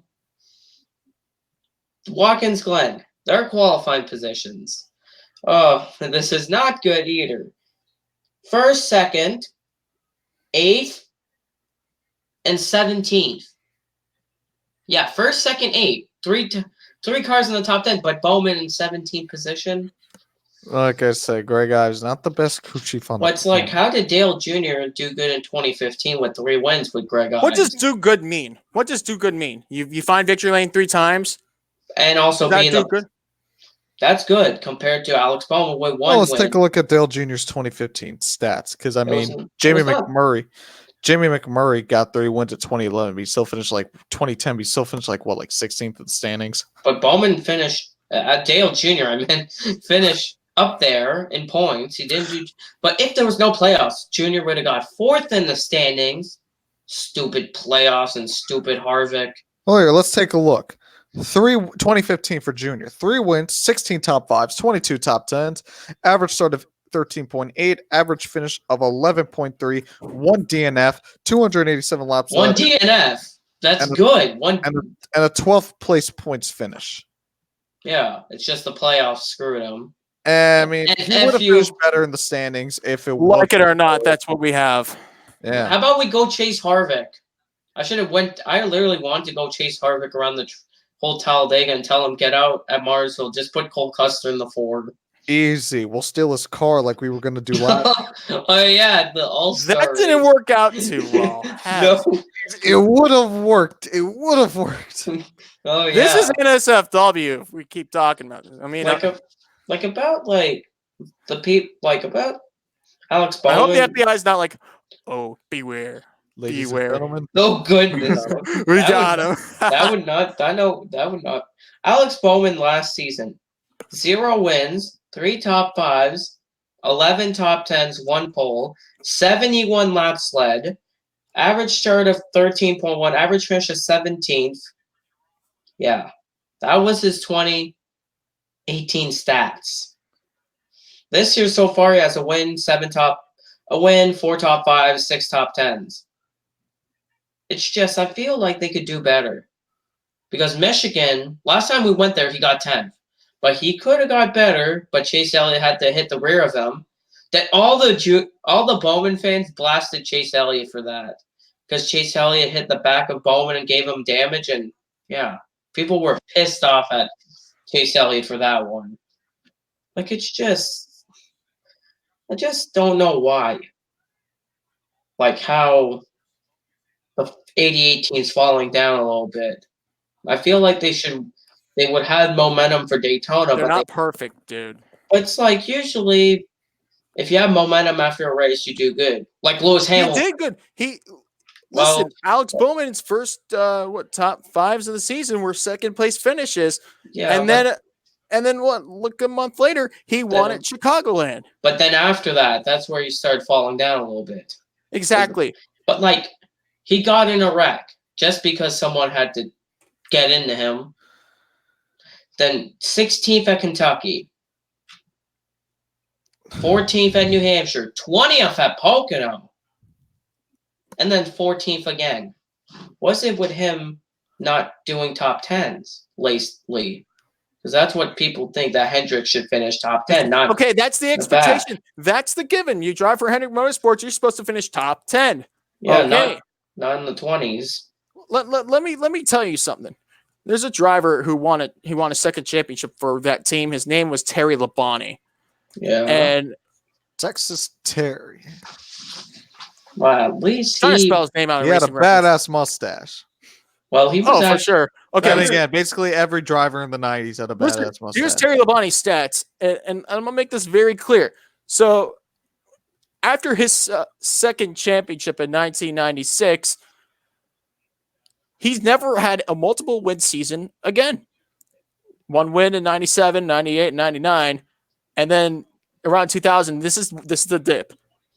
2000, 3 top 5s, 6 top 10s. That's it. Well, that's just because he was not in his prime either. Right. He started dwindling away. 1996, he had 21 top 5s, 24 top 10s, the 2 wins, and led 973 laps in the season. Like, I'm literally just looking at it right now. This season, Bowman, 11th at Daytona. That's the You're not 500. perfect. You don't have to be perfect to drive it. But 11th, 15th, 11th, 35th, 21st, 14th, 18th, 23rd, 17th in first 9 races. Not even a top 10.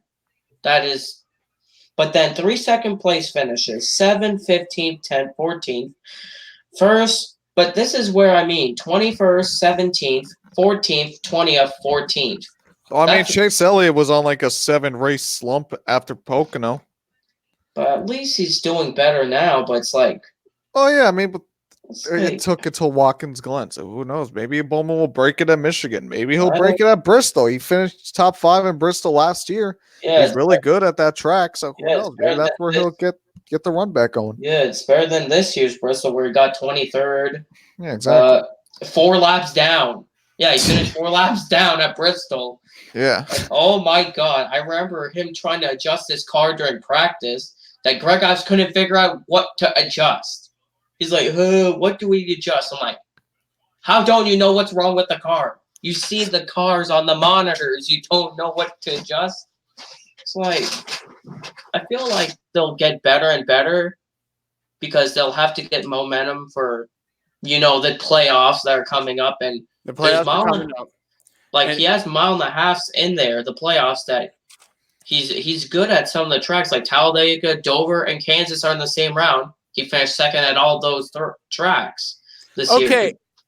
So let's get back on track because we need to talk about the Watkins Glen race. Yeah. Just once again, in the stuff that happened in the event. So Chase Elliott successfully defends the Go Bowling at the Glen, leading 80 of 90 laps. So he led every lap except for 10, started on pole, and the 2017 winner, Martin Truex Jr., falls short for the second time to Chase Elliott. And then third place, Denny Hamlin, 2016 winner.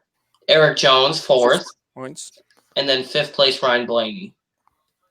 Matt DiBenedetto, like I mentioned, 6th. Kevin Harvick, who I really thought was a sleeper pick towards the end, got 7th. Kyle Larson, Brad Keselowski, and Kurt Busch round out your top 10. Now let's go through some notables because we got lots of them outside the top 10, including Kyle Busch in 11th, Alex Bowman 14th, Jimmy Johnson 19th, Cliff Bowyer 20th, William Byron 21st, Joey Logano 22nd, and Ryan Newman 25th. Wait, 22nd? I thought it was the 23rd. My bad. Yeah, 23rd. Like, I don't even know how some of these guys, like Joey Logano, that won 2015, 23rd. It's like Logano's had a bad day. He was irrelevant the entire day. Yeah, like that's not good. It's bad that Matt Tiff didn't do that bad. Matt Tiff was God, I think, where did Tiff finish? I know Matt Tiff was not that bad in that 36 car. I think it was like 22nd or something. He was up there. He was not too bad because McDowell got 16th in the 34 car. Like, Chris Buescher was not doing that bad either. Tiff finished 24th. 24th. But Michael McDowell was the better car. Reagan got 22nd. I know McDowell was 16th. That Michael McDowell's good on these road courses. He's not bad at the road courses. So when we go to a road course, expect Michael McDowell not to run that bad. Of course, because that's an important track. It's just one of those important circuits. He's not in the greatest team. Yeah. And that will eventually lead him to get those stronger results. Yeah. I have no words to say about Michael McDowell. Okay, let's talk about the playoff standings because we have only 4 races remaining in the 2019 Cup Series regular season. You want to read them off? I got them right in hand. All right, go ahead. Kyle Busch leads the playoff standings with 4 wins, 851 points. Martin Truex Jr. is second with 4 wins. And then Denny Hamlin is third. Brad Keselowski fourth. Both have 3 wins. Joey Logano, Chase Elliott are 5th and 6th with 2 wins each. Kevin Harvick, Kurt Busch, and Alex Bowman round out your locked-in drivers with 1 win for the 3 of those drivers. Now, outside the win zone in 10th place leads Eric Almirola. He has 640 points. Ryan Blaney, 11th, 633 points. William Byron is 12th with 604 points. Eric Jones, 13th with 598 points. Kyle Larson, 14th with 590 points. And 15th, now this is where things get tricky. 15th is Clint Boyer with 596 points. Or 556, my bad. Now here's the tie for 16th is Jimmy Johnson and Ryan Newman with 544 points each. But I guess that Ryan Newman is in 16th. He has the tiebreaker, I guess. No, Jimmy has the tiebreaker because he finished third at Daytona.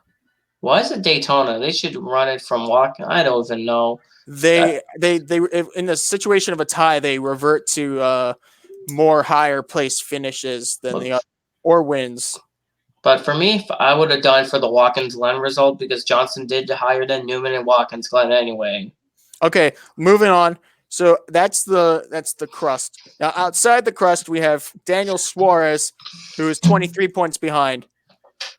Paul Menard is 19th with a 61 point deficit, and Stenhouse Jr. is 20th with 78 point deficit. Holy crap! Paul Menard passed Stenhouse. Oh my God, Paul Menard's a legend. Paul Menard's been ahead of Stenhouse. Yeah, it's this entire time. Yes. But it's like at one point Stenhouse was actually 19th earlier in the season than Paul Menard. I don't even know how. I've been saying it for a week or two now, but Cole Custer to the 17 doesn't sound like a bad idea. I don't want him. I think he would. I think Boyer's going to retire. Or somebody at Stuart Haas, probably Harvick. I'm expecting. No, it's not going to be Harvick. Not He's got Harvick. a contract through 2021 anyway. But what happens if Boyer? When Boyer's, we don't even know if he's going to be in the 14 next year. Yeah, if anyone's retiring, it's Boyer. Because and also Cole Custer driving for Stuart Haas in the 14 wouldn't be bad. Custer is good. He's made. Here's the thing: Cole Custer is in a breakthrough season, something we've never seen before. Cole Custer, is putting 110% into the season. Yeah, 5 wins is incredible. compared to his truck stats, where he did not win a truck race in his full-time season in 2016. Regardless about how many wins you have or not, the results he's putting. The results he's put up is incredible. It's better than it's really good. Yeah, it's better than his truck stats in 2016. His rookie year in the trucks, he did not make the playoffs in the junior motorsports. Right. But let's talk back about the playoff standings because we have 4 races left, and the 4 tracks that remain is Michigan, Bristol, Darlington, and Indianapolis. Ooh, 4 different tracks. Yep. Yeah. And 4 races. Yep. Who of the cut line drivers, the at-risk guys, I think Boyer, Johnson, Newman, Suarez will have the upper end going to Michigan. That is hard. Ooh. I don't know. I'm going to say, I'm going to say Johnson. This is Boyer's hard. team makes too many mistakes. Suarez doesn't have the pace anymore. Newman, I just can't see it. It's just for me. If you were to ask me today who's going to make the final spots, I still give it to Johnson and call me biased, but Suarez. For me, I don't know about Boyer, but I don't know about Johnson either because I don't know if he's going to have momentum or because I don't know what's going to happen at Michigan because he said he's going to go after Blaney at. Listen, that's hearsay, man. That's hearsay. No. That's what you said. Let me tell you why I think Jimmy Johnson has the better advantage. Cliff Daniels, and after Watkins Glen, Jimmy Johnson was livid. So we'd never really seen that of Jimmy Johnson before. So I think Jimmy Johnson's starting to reach the breaking point where he's like, okay, I want to win. This is kind of pissing me off that I'm not. Yes, and sorry to interrupt, but I think Johnson is tired of being bland. And I'm not saying bland, bad example. Blandness and just dead silence. I think he's starting to poke the edges of the box that he seems to be in. He's like, he's like, listen, he's a 7-time champion. He's like, I won 7 championships, and I can't even win a race now. He's tired of it. Like Exactly. And he's still driving in the same team and car that won him the 7 championships. Yeah, so I think Jimmy Johnson's he's starting to reach that breaking point. So I think now he'll probably be more determined than ever because he's like, okay, I got it. He's like, no more, Mr. True. Knight. He's gonna do what Chase Elliott did after Denny Hamlin wrecked him in Martinsville in 2017. He's like, all right, no more Mr. Nice Guy. Well, it's just like there's only a certain number of moments you can have on track till the breaking point hits you. And when you hit the breaking point, it's that moment when you say, that's it, it's enough, time for a change, and it has to happen now. I think that's what Jimmy made clear on the radio in his interview. But like about what Denny Hamlin and remember Chase Elliott put Hamlin on the wall? Yeah. Do you want what would happen with my luck? With my luck, Alex Bowman would be leading by like 4 seconds over Martin Truex Jr., just for an example.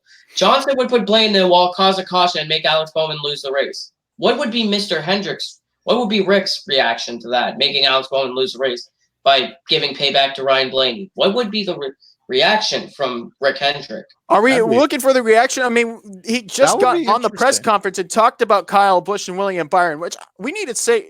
No, but he's right, because think about it. But like, would they do what Matt called? Would it be like a situation where Haley wasn't allowed to wreck whoever it was? Yeah, Briscoe. Would it be a scenario like that, or would Rick Hendrick just be like, okay, do it anyway? Bowman's leading the race. He doesn't want a caution to come out. Okay, that's a problem. Unless the caution benefits Bowman. Can we be clear that there's, Jimmy Johnson hit the breaking point, I think, and especially Ryan Blaney, and also we got to talk about William Byron, and this is where I'm sorry for changing the subject. We'll talk about the 48 in a minute, but I have to be critical in the 24. Well, you have a car, you start second to your teammate with a great lap time. I picked William Byron to win this race for this were you mistaken? for this reason. And listen, he threw it away.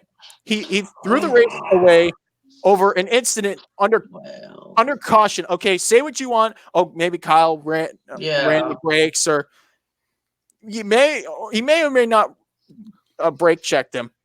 But what stands is that ruined William Byron's car. He basically ruined his car going after Kyle Busch under caution. To be fair, Chad Knaus basically told him to do that. Even if he was told by Chad Knaus to do it, you don't do it. But the problem was the caution limit at Watkins Glen's 40 miles per hour. Kyle Busch went 15, 25 miles per hour under. He should have got penalized because that's a penalty in NASCAR. But NASCAR's like, Kyle, you're allowed to do that. Listen. It's just, I want to be fair. Okay? I understand Kyle Busch is notorious for his antics and his temper and his on-track incidents, even though they have come to be as rare as no time for a simile. They've become rare nowadays. And Kyle Busch showed a side of him that we haven't seen in a while. He's not messing with anyone. That cost him later on in the race with Bubba Wallace. But the incident with William Byron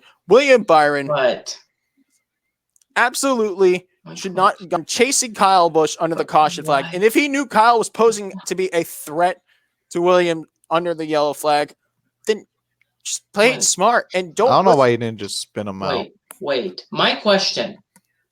What happened? Kyle Busch got loose underneath William Byron. Yes. Why did Kyle run him through the bus stop, even if it was Kyle's fault? Because Byron was in his own line. Kyle's the one that spun himself out, but blames William Byron. Like, that's the problem. What? Kyle just had an event. Listen, Kyle listen. had a day. He just He had had a day. enough. He had enough. But he Kyle wrecked has himself. He wrecked himself. It was not Byron's fault. It was his fault. But he blames other people but himself. Listen. How do you know what took place if you're behind the wheel I of the saw car it at the moment? You don't know what Kyle Busch sees when you're driving. He doesn't have a TV screen like we do. Well, Tony Hirschman said you got loose underneath the 24. According to Tony Hirschman, the spotter. And yeah, the love tap costed him. I get it.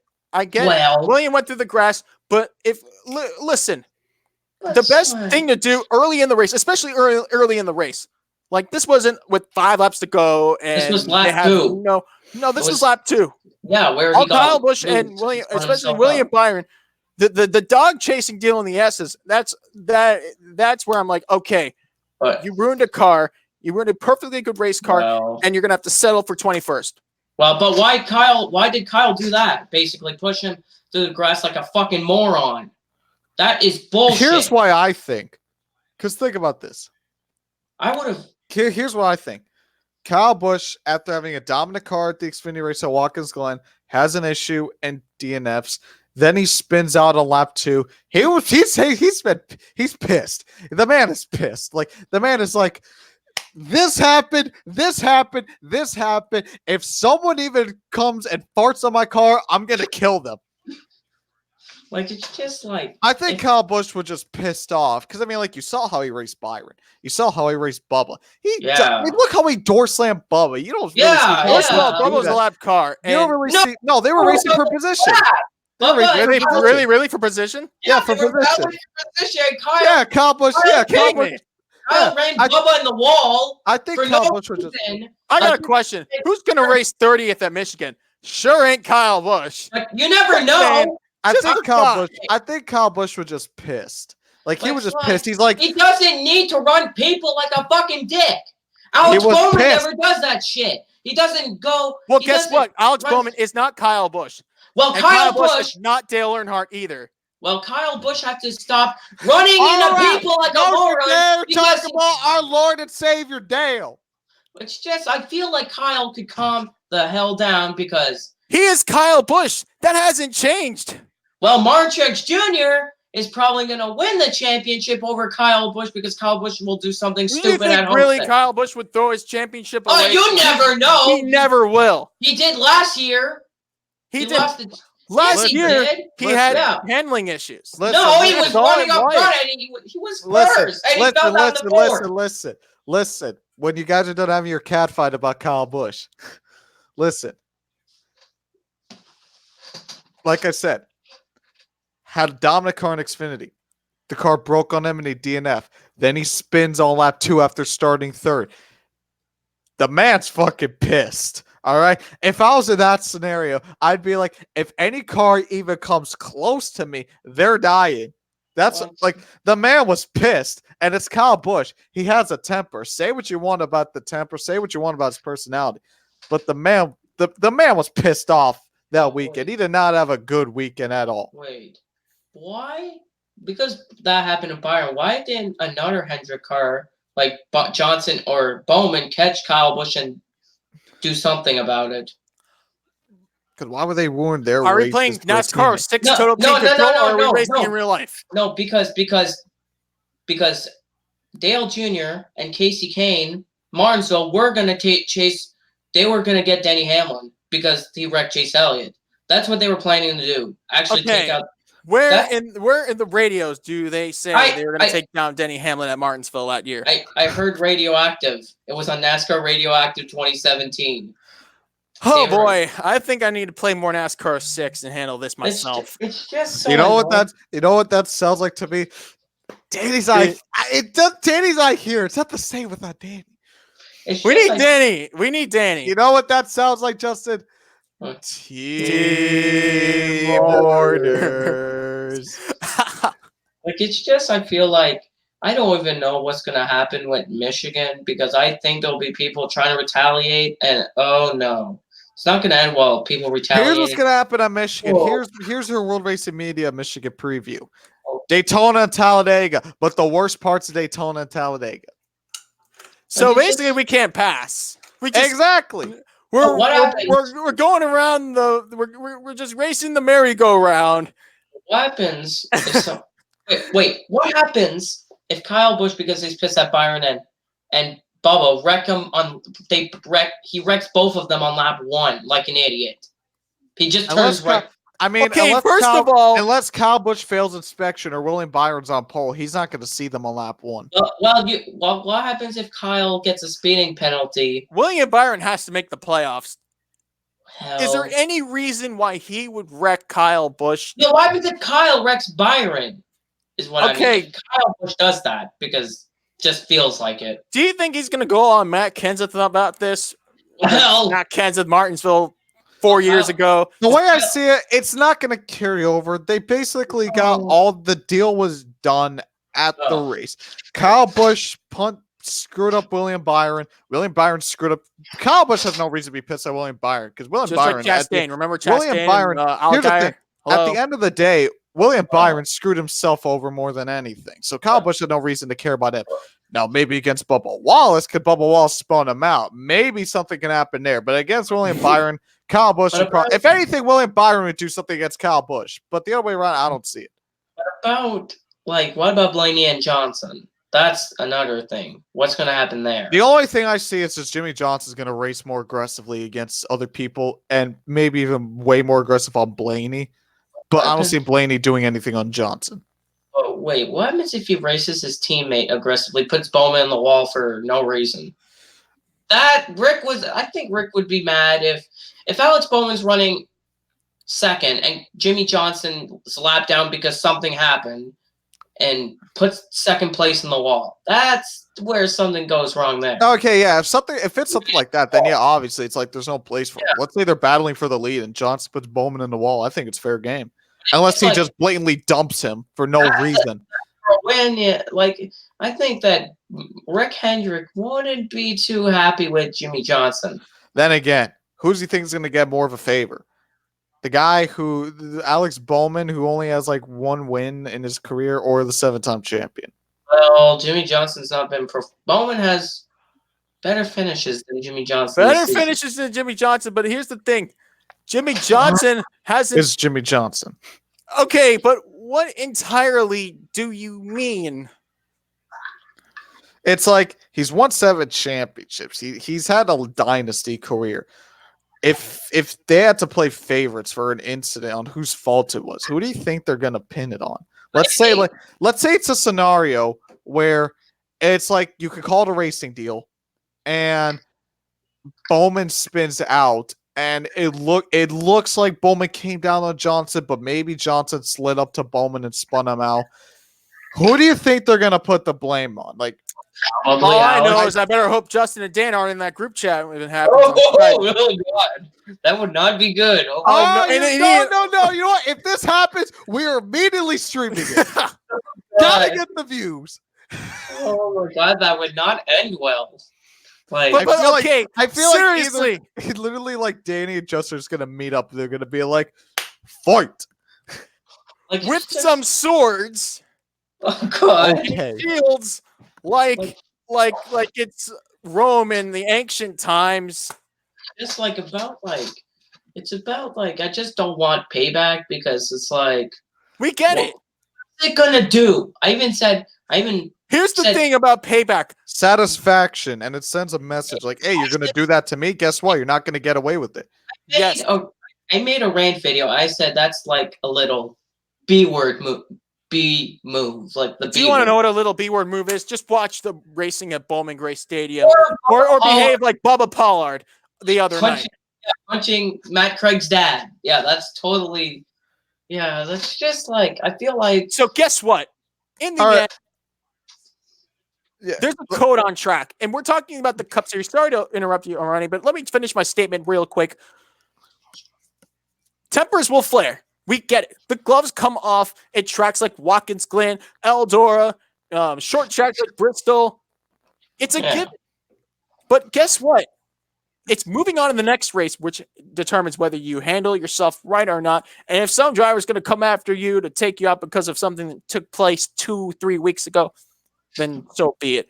Okay, can we move on? Cause we still got Formula One. Yeah, we got to talk Formula One. Yeah, because All there right. were no fights in that. There was no fighting, so it's all clean. In Formula One, Lewis Hamilton and Mercedes, they play the strategy right, overtaking Max Verstappen with less than 3 laps to go for his 7th Hungarian Grand Prix victory and his 8th win of the 2019 season, the 81st win of his F1 career.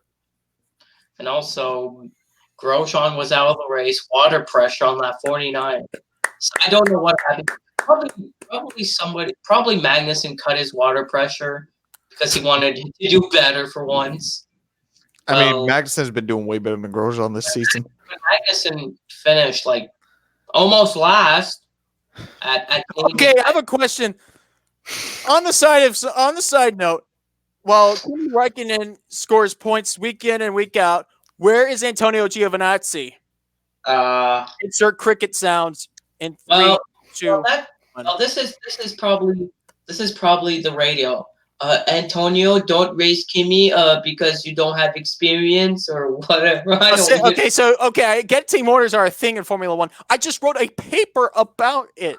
I literally How did that paper do, by the way? It was due last week, and yeah, Ashley in the chat. Credits to you. You helped me do the paper. But back on track, the F1 debate about team orders is only to a certain realm. However, Antonio Giovinazzi can't do half the action that Kimi Räikkönen's doing on track. That's not team orders. That's inexperience. I don't expect Antonio Giovinazzi to perform like Kimi Räikkönen, but I expect him to do better. Maybe Antonio Giovinazzi, they say, hey, we're going to pit you 4 times, pit Kimi once, and you 4 times. Listen, I have a bias I like Antonio Giovinazzi. He's a fellow Italian, so I kind of have a bias towards him. But you got to do better, man. Come on. Well, it's just I don't even know if he's doing. I don't even know what's going on. Look, he's a rookie. Wow, Russell's a rookie. He has no points. Oh yeah, well Russell's in. Okay, what team is George Russell driving for? Okay, I want to remind you. He's driving for a team. He's driving for a team that's as fast as a bottle of toothpaste. Well, and the car looks like toothpaste. I'm dead. Listen. Okay. On a Germany with Kubica. That's impossible. How did Kubica get a point? Because the German Grand Prix took place and everybody decided to retire. We had a list of. We don't talk about the German Grand Prix. I got the list. Come on, where am I? He did. Do you want to know who wrecked him? Where's my list? Daniel Kvyat, the moron. But parked it in front of Gasly and cut his left front, and it's basically Kvyat's laughing at him. Hey, I'm gonna take your ride. That's basically probably Kvyat's gonna take his ride. People think Kvyat's gonna go to Red Bull now again. I don't want to. You don't get a magic wand. The magic wand. Here we go again. There's the magic wand. Abracadabra. I want a podium. Now put me in Gasly's seat. Well, he's got more podiums than Gasly. Daniel Kvyat, Joseph muted himself again. Oh my God, he's muting himself left and right. Daniel Kvyat. My mic decided to just say, Joe, it's enough. Stop talking. Well, about Kvyat, we go from one aggressive topic to now another aggressive topic.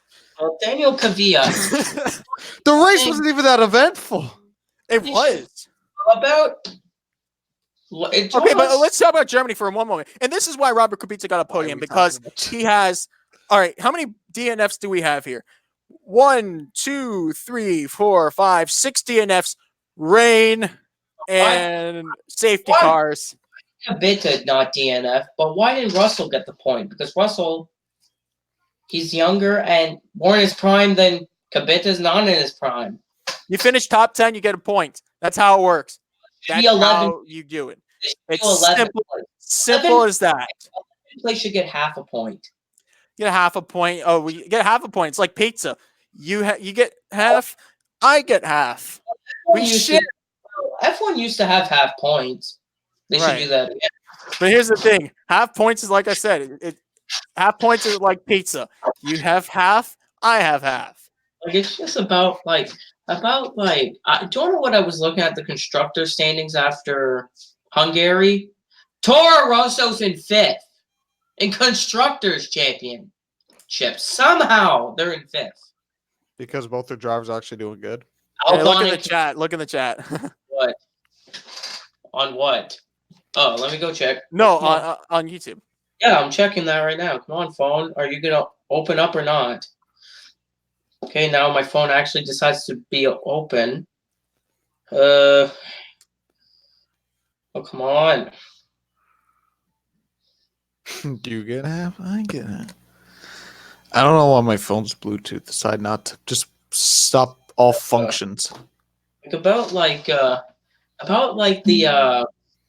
oh my gosh, okay, I can't even talk. Oh my god. About F1. Like the constructors championship. Let me go see that quick. Oh, come on. F1.com. Are you gonna load or not? Okay, the website's working for once. Sometimes my phone's like, no, you're not. I'm not allowed to. Okay, I have the constructor championship right in hand. All right, leading the constructors is Mercedes, 438 points over Ferrari, 288 points. Wow. Red Bull, 244 points in third. McLaren Renault is the fourth with 82 points. Toro Rosso is 43. Renault, Alfa Romeo, Racing Point, BWT, Haas, Ferrari, and Williams. That's your top 10. Williams has 1 point, just one. Well, it's better than minus 75. That was minus points. Oh my god. Minus. One point in Spanish. Un punto. Well, it's better than negative 5,000. Wait, that's impossible. Negative 5,000. Oh my god. You might have. That would be bad if somebody would DNF the whole F1 season. That would be bad. I think you would get kicked out of your team if you DNF a whole season of just DNFs. Roman Grosjean, my eyes are on you. No, he has at least points. Okay, here's the thing about. Scott Speed. Scott Speed. Okay, well, now we got to talk about Scott Speed. If that's where I'm going, Racing Reference is my best friend. How did this California native do in a Grand Prix? Okay, hold on. Okay, hold on. So. 0 points. Wait. So. Wait. Wait. Armani, go ahead. You said Fiat to Red Bull, right? What? Yeah, that's what people are saying.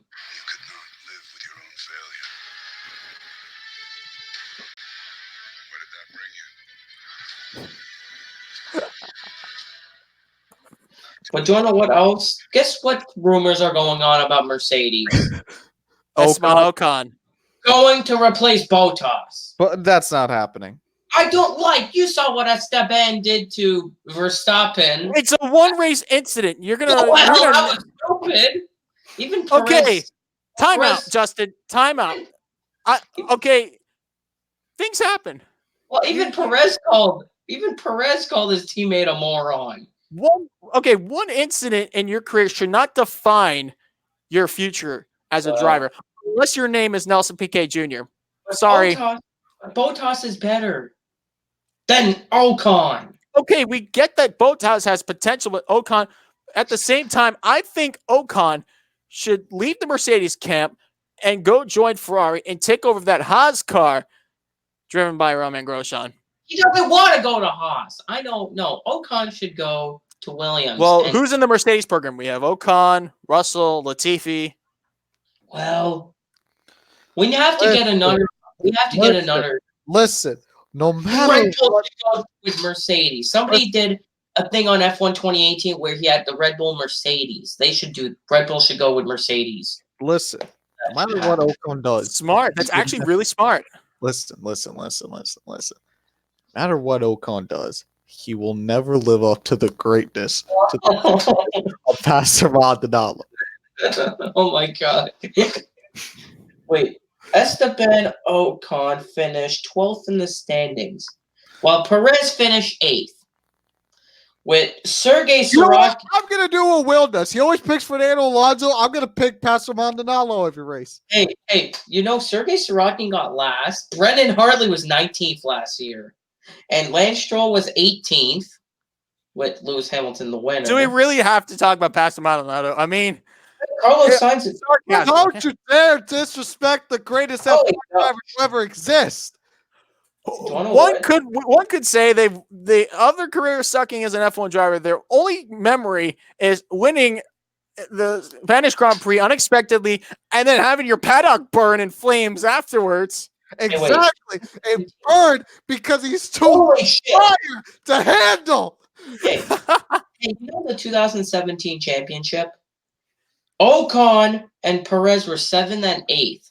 Well, they were Ocon the got- Force Indias. but They Ocon- didn't.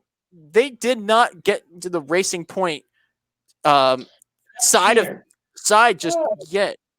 The winner. Oh my gosh. Lance Stroll got 12th that year. In 2018, he was 18th. Like, it's just the points. Like where is Stroll right now in points? 12, I think. Yeah, 12th. While his teammate is in 16. Perez is in 16th. How is Perez? Stroll had one race that really took him to the next level, and that was the German Grand Prix. If the German Grand Prix didn't excess in that 4th place finish, he would have been lower in the number of points claimed. Teammate got last. He wrecked out on lap 1. I don't know how you crashed on lap 1. He barely tapped the wall. Oh, I'm done. That's what he basically said. When he said, "Oh, I hit the wall," and then he told the crew, and he told the crew. Let's talk about Lance Stroll for a moment. Okay, before the German Grand Prix, he went 3 consecutive pointless finishes and had a total of 3. Actually, 3 points finishes before the German Grand Prix, which we all know was an unexpected plague of racing. It just happened. The race happened. Race should have been on Monday. They should have not raced in those conditions.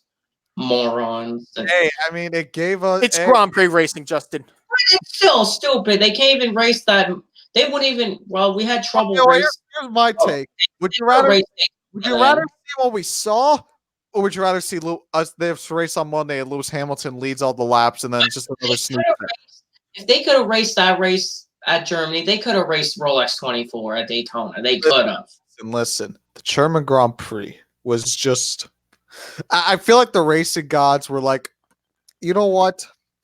This season has just been very this season just sucked. Ever since the French Grand Prix, we've had great races. It's just like, you know what? Just do whatever. Like literally, I feel like literally the racing guys were just drunk, and then they're like, "Oh yeah, there's an F1 race. Let's see what we can do."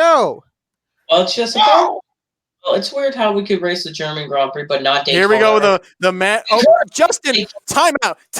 I was about to use the magic wand, also known as my pen, but I need to give you the timeout signal because in NASCAR racing or oval racing in general, you do not race in the rain. I mean, the Rolex 24.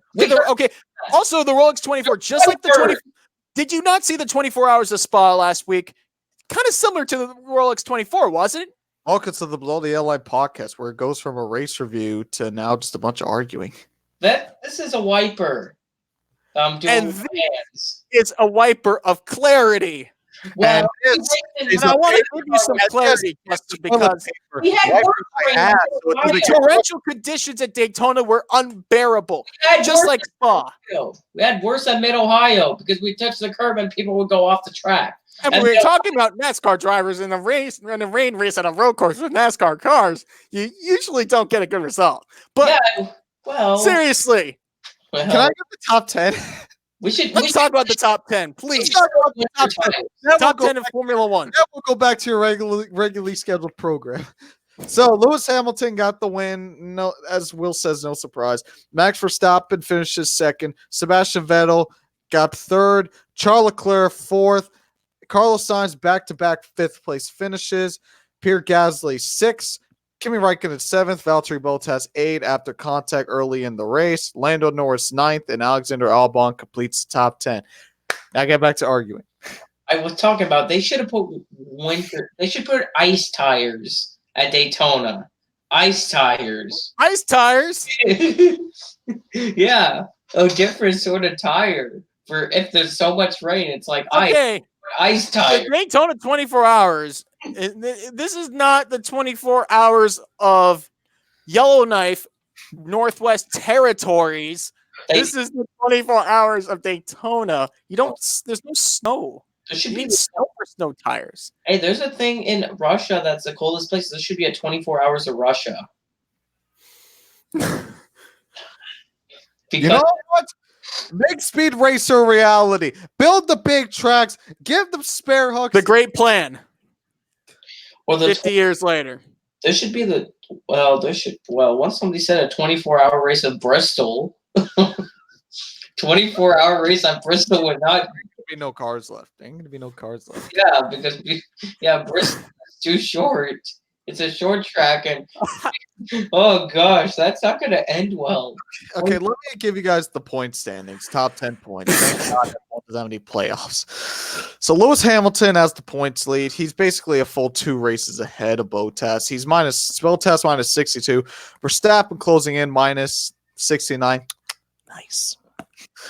Sebastian Vettel minus 94. Everyone else is 100 over 100 back. Charles Leclerc is minus 118. Pierre Gasly minus 187. Carlos Sainz minus 192. Raikkonen minus 219. Kvyat minus 229. And Lando Norris completes the top 10 minus 226. Carlos Sainz is about to pass Pierre Gasly in the McLaren.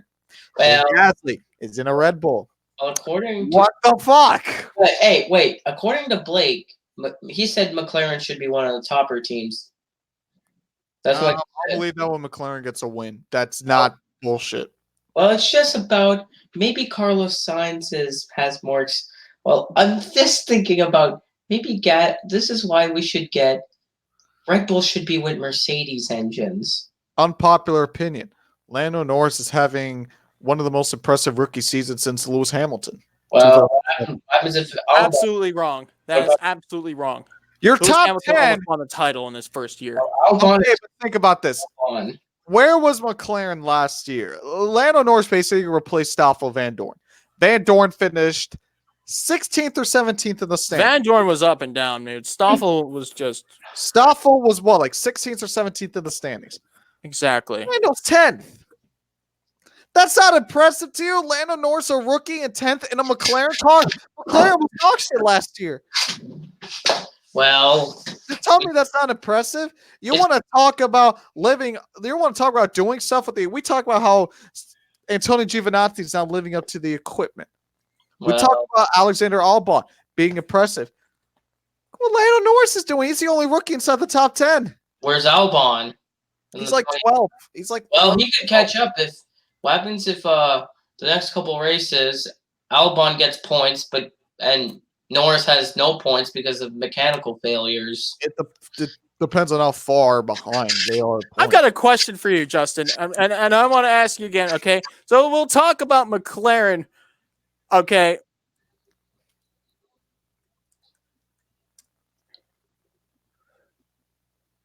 Oh, McLaren. scratch that. Albon is 15th.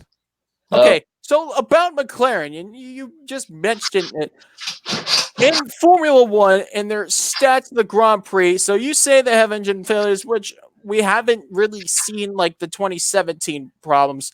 Where they sit now, they are 4th in constructors. 2 years ago, they sat 9th. 1 year ago, 6th. Okay, let's go back to the Lewis Hamilton days of McLaren Mercedes. 3rd in constructors, 5th in 2013, 2014, another 5th, and then 2015, a major dip to 9th with the Hondas. But why?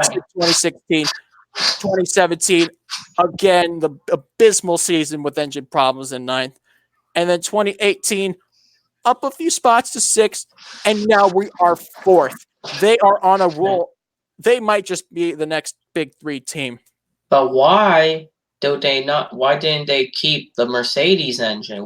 Why? Well, guess what? I think switching from the Honda to the Renault has made the ultimate difference, and the driver swap may have worked out too. Because if you think about it, Fernando Alonso, Jenson Button, and we'll talk about Alonso and Button. These two former champions, they have 3 championships combined.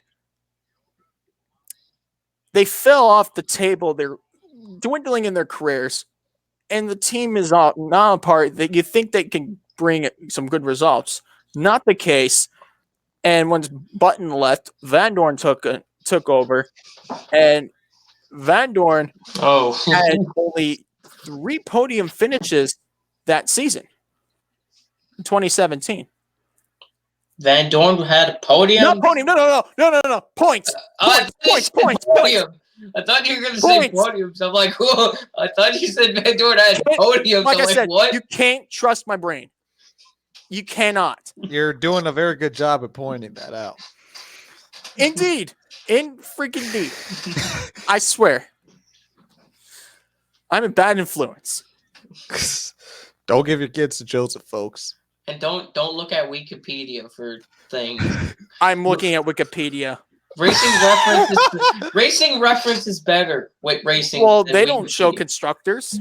Well, go on They only show F1's the top website. 5. Go on F1s.com. And lag the podcast? Great idea. Well, F1.com does well. Just go on. Well. I have the app. I can pull it up right now. Oh yeah, it's a cell phone. Yeah, cell phones. Smartphone, exist. 2019.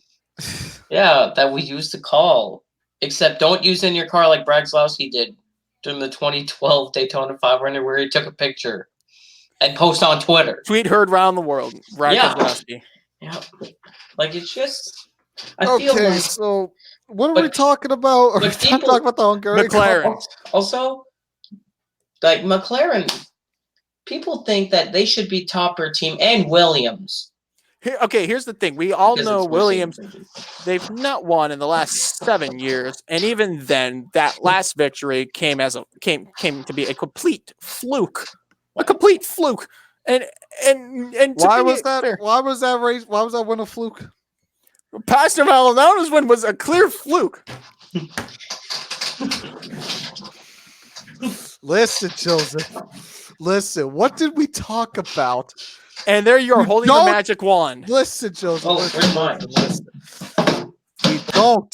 Don't you dare disrespect the pastor.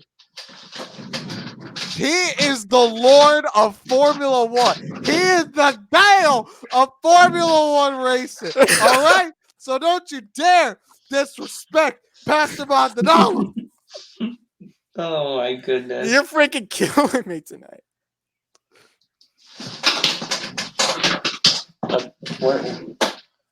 There, Dale. Yeah, 3 for Dale. I get it. I'm wearing the hat of the losing Stanley Cup final team. Hey, I remember. Hey, do you want to know what? Also about Daniel Ricciardo, because I have the 3 hat. Ricciardo was. I heard the F1 radio thing that they upload on their YouTube channel. Oh my God, Ricciardo was pissed at Magnussen because Magnussen was kind of blocking him in some corners. Ricciardo was trying to get by Magnussen for the end of the race, and Ricciardo was getting frustrating trying to get by Magnussen the whole time and did not manage to do it. Magnussen ended up finishing ahead of Ricciardo. Okay. Danny Ricciardo was just plagued this year. I'm sorry. Yeah. He's Right, a look- runner. What's he? What do Well, at least he's better in points than Hulkenberg. By what? How many is it? Babe? By 3 places. Oh gosh, that's close. I expect. And Nico Hulkenberg's still looking for that first podium. Well, I don't even know if Renault's going to get a podium. Highly doubt. Unless the spa race turns out to be Hockenheim again. Except that Hulkenberg doesn't kill Alonso, but it's not Alonso. Or if he doesn't basically plow into a McLaren that lands on top of. Yeah, you do No, have to Alfa survive the Romeo. first corner in order to win a race. Hey, you know what? Last year it landed on a Saubert. That's now Alfa Romeo. What is it going to land on Giovinazzi? And it's going to be And signs in the Giovinazzi wasn't going to score any points anyway. Might as well. Or if it could be Raikkonen, you never know. Okay, then that's a problem. Well, it's just so make sure. Okay, are we done? We gotta talk sports cars sooner or later. Yeah, and but we're Formula One, they're in their. Yeah, we're going to almost 2.5 hours, so let's get to Formula One is in their summer break. Yep. Wait, so we don't have another race until round. Sorry, come on, no. We don't have another race till round 13 at Spa for the Belgian Grand Prix, which last year will mark the 1-year anniversary of Sebastian Vettel's most recent win. There. Mega rip. Hulkenberg. Hey, Hamilton would have kept the lead if Hulkenberg did not. Or you could do what Roman Grosjean did. I think Roman Grosjean taught everybody a lesson on how to drive a Formula One car in 2012. Well, Hulkenberg had to. Well, Hulkenberg, I remember when he flipped over at Abu Dhabi, he said, "I'm hanging in here like a cow." That's what he said. Because he said he was hanging like upside down like a cow. Don't know where he got that from. Let's milk our way into IMSA, please. Yeah. Yeah. So Road America happened. Mazda gets the three-peat. And second with the 55. The 55 one. I accidentally put the 77 on the Twitter. Let me go change that now while you guys give your thoughts. Stupid Cadillac. Stupid 31. They did good last year. Now they decide not to do anything. Dude, interesting fact. Hold on. Interesting fact. Only the three of us, including Danny, made picks for IMSA. Yeah, they all finished 1, 2, 3, 4. Oh my god! Yeah, Mazda's. Mine got second. Joseph's got first. Danny's got third, and Justin's got fourth. Yeah, that's. And Core Auto Sport, they were not going to win again. They won last year, but they had their issues finished out. The only thing I got right for any class, LMP2, I picked the 52. They won. They finally finished on the lead lap. And GTLM, I got the 67 Ford, and they got the win. The only another one that I didn't get was the GT Daytona. I thought it was going to be 86. I didn't expect FAF Motorsports to win again. The number 9 car. I did not expect them to win with Robichon and Matt Campbell. I did not expect them to win. But they did good. The FAF Motorsports team. At least for once, the number 10 Cadillac led laps. They've led laps. They were close to win at Sebring, but they won Daytona this year. I hope next year they could have a better team in 2020, like actual better, like they could actually win more, like in 2017 where they won so many races in 2017 en route to the championship. They won one race last year. That was at the end of the season at Road Atlanta. And then they won Daytona this year and not been podium like top 3 in the last races since Sebring. Every other race has been 4th, 5th, 6th, something like that for them. At least Ford got a win in GTLM. That's good for and both Fords actually. The 67 beated the 66 in the GTLM class. GT Daytona was the number 9 car, the number 9 FAF Motorsports car, and LMP2 was the PR1 Matson Motorsports number 52. Yeah. So let's talk about the DPIs. Mazda had they're on a roll right now. We knew this was coming. The question was when. Yeah. The breakthrough race, and Watkins Glen happened, and boom, set sail like a rocket ship into these next 2 races, winning overall the 77 and with the 55 twice. And the Penske Acura has taken the points lead. It's number 6 car, which is driven by Jane Cameron and Juan Montoya. The 77 Mazda is 3rd. Of course, the Whelen Cadillac 4th. 3 points down in the championship, which we'll talk about later. And the Wayne Taylor Racing Cadillac finished 5th for the LMP2. First lead lap deficit of For the both. season. Yeah. 52 beat the 38. Yeah. And GTLM, congratulations, Team Ganassi, the team Chip Ganassi Racing. Number 67. Yep. Beat 1 it to and 2. 66. Yep. 67 over the 66. The And then- 912 Porsche got 3rd, which leads the points. The number 3 Corvette 4th, and the 25 Yeah. BMW Because the 5th. the 24 had problems in the race at one point. They were slow off the pace at one point. And it was good for the GT Daytona that the number 9 Pfaff Motorsports again. They won at Lime Rock. Motorsports. Yeah, they won at Lime Rock, and they won again at Road America in their class in the number 9. And then of course the 48 Paul Miller Racing Lamborghini second. The 86 is it's an 86. No. That's the 96 BMW for Turner Motorsport third. The 14 Aim Vassar Sullivan Lexus fourth, and the Meyer Shank Acura NSX 86. They got fifth. Yeah. Let's talk about the point standings as we completed that's the 9th round of the season for a DPI. It's the number 6 Porsche, 3 points over the 31 Whelen, and then in third is the 55 Mazda, fourth is the 7 Acura. Did you just call the number 6 Porsche? Joseph. The 6 Danny, Porsche. Joseph, listen. I know Danny's not here, but Danny's in spirit. So he's going to say it with me in spirit. You need to stay off the damn weed.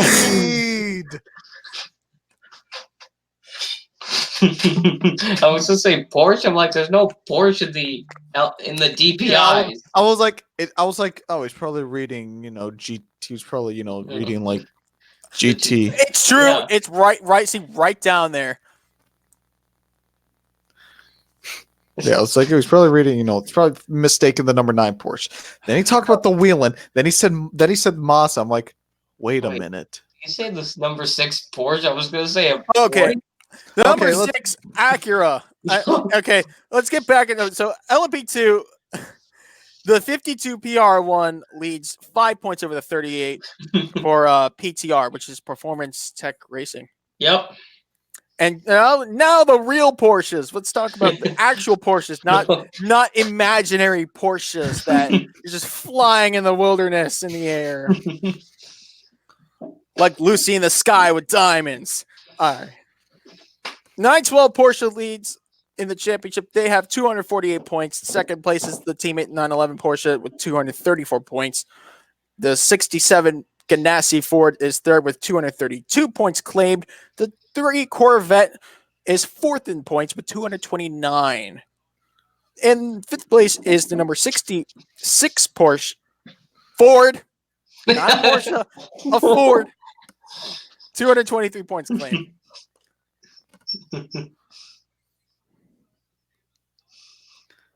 These are real life sentence fragments. Yep. Yes, Sebastian. Dale. You see, you're getting it. You're getting it. My friend Sebastian is texting me, Dale. Okay, let's move on to the GTD points before we move on. The number 86 Acura has 209 points claimed for Meyer Shank Racing. The number 96 Turner BMW is second with 183 points. The Pfaff Motorsports Porsche is third, number 9 car. That's 176 points they've claimed so far. The Lexus number 14 and the Lexus number 12 are fourth and fifth in points. And then the highest one claimed 175 points, while the other claimed 172 points. The next race will be like Lime Rock, where the prototypes sit out for the last time this year at VIR. Only the GT cars will claim this battle on August 25th for round 10 of 12. Yep. All right, so let's move on to our. So I think that's all the races for the weekend. So we're almost at 2.5 hours. So let's we move got to talk on. about a preview. Yeah, the previews. Yeah, so that's what I'm saying. Let's move on to the previews. Let's give our picks and all that good stuff. So, the NASCAR Cup Series, the NASCAR Cup Xfinity and Truck Series will be racing this weekend. Truck and Cup go to Michigan, the final race before the Truck Series playoffs, and Xfinity Series goes to its second road course in a row with Mid Ohio. Who are you guys? We'll start off with trucks. Who do you guys got for the truck race? Justin, go ahead. Okay, I got Harrison Byrne because he's run good at big tracks because he's got good finishes at mile and a half. He's done good like at in ARCA at Michigan and other tracks. He's done good at bigger tracks, like 2 miles, a mile and a half, something like that. So my pick is Harrison Byrne. I think he'll make the playoffs by getting a win, and that would put Crafton out. Yeah, so I think the 18 is going to get the win. Okay, Joseph. I know that Michigan is that track where you either have the experience, you put everything into the circuit, or you don't, and you fall apart. But when it's time to break through, there's only one driver who will make a statement and claim that 8th spot into the playoffs, the one most necessary to get his 3rd Truck Series title. The one and only Matt Crafton will win at Michigan. I know that I thought you said that. I thought you were gonna stick with Brett Moffitt. So when he said 3rd Truck Series title, I was about to say, is he on drugs again? Okay. I was gonna go with Brett Moffitt, but I changed my mind. I thought you were going to say that Brett Moffitt has 3 titles. I don't know where he won 2 random titles. Yeah, that must say like Yeah, because he has 1 title. Where did he I'm get about to 2 say, random- Jules, time to go to bed. Anyway, I'm gonna go with the defending Michigan winner, Brett Moffitt. He's gonna go back to back at Michigan. Get his. Is this gonna be his 3rd or 4th win of the season? Third or 4th win. Here, I'll just check he now. won Iowa, Chicagoland. Yeah, he's gonna get his 3rd win of the season. Let's move on to Xfinity. Who do you guys got? For me, I picked Chase Briscoe because he's not bad at road courses. So I feel like he'll finally get his 2nd win of the season, 3rd career win, and get his 2nd on a road course. I feel like he'll have a good race and he'll win at Mid-Ohio.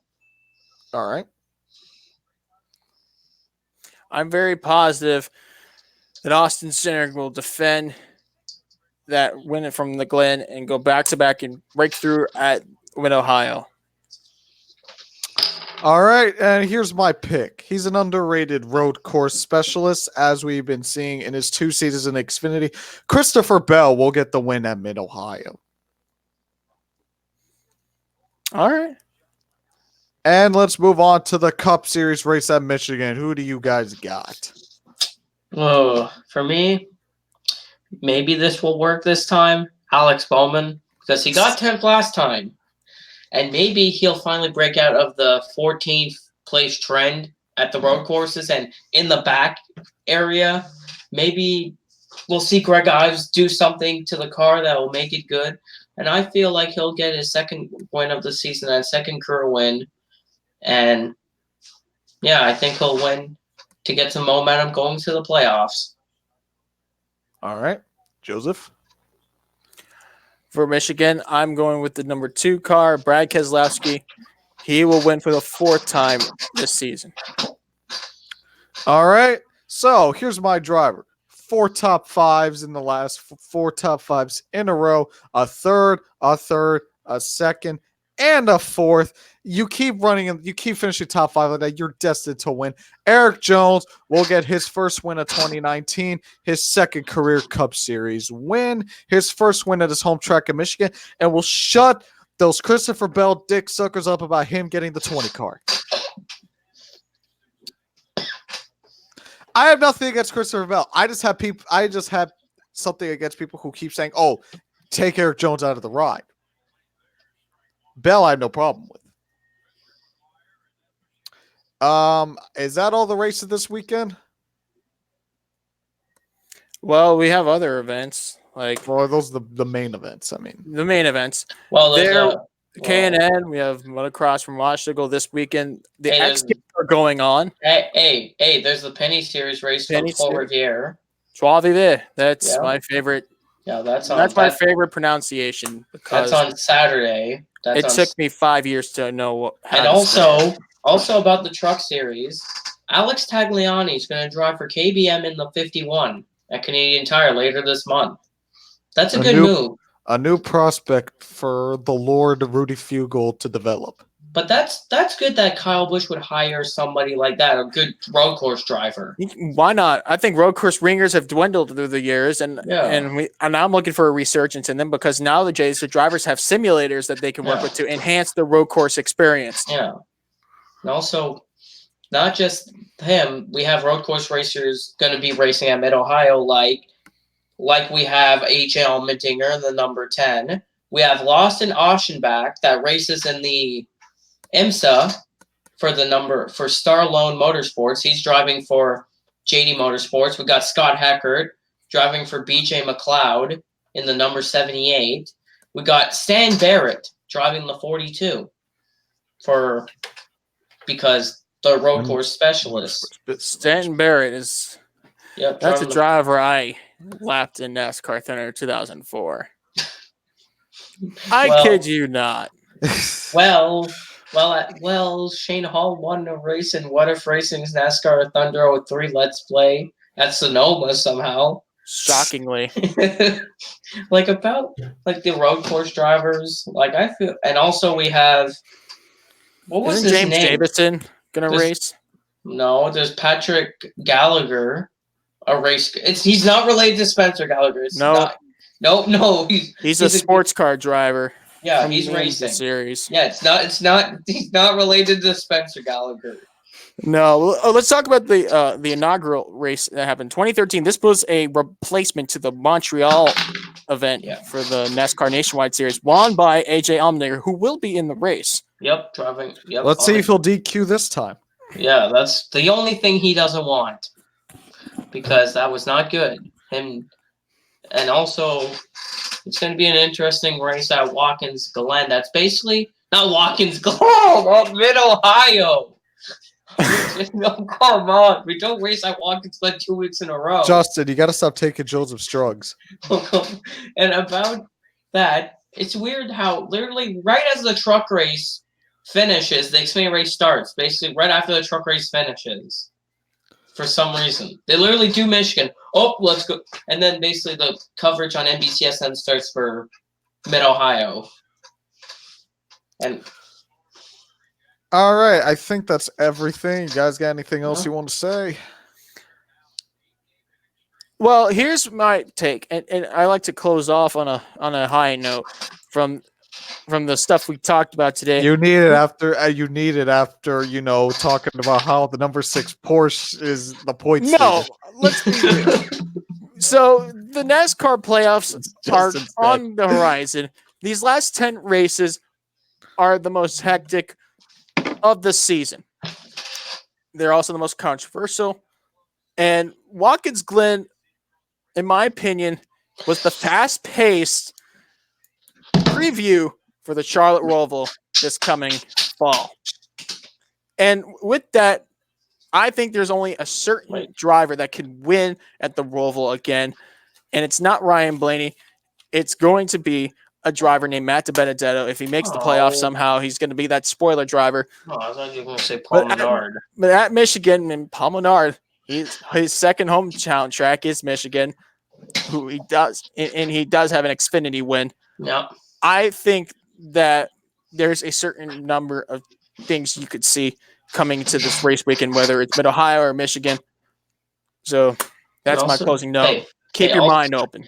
Hey, also about the Roval, remember what they did. They reconstructed it to be basically like a bus stop, like at Watkins Glen. That's what basically it is. It's not like the last year where you know what happened at that bus stop. No, the chicane down the back.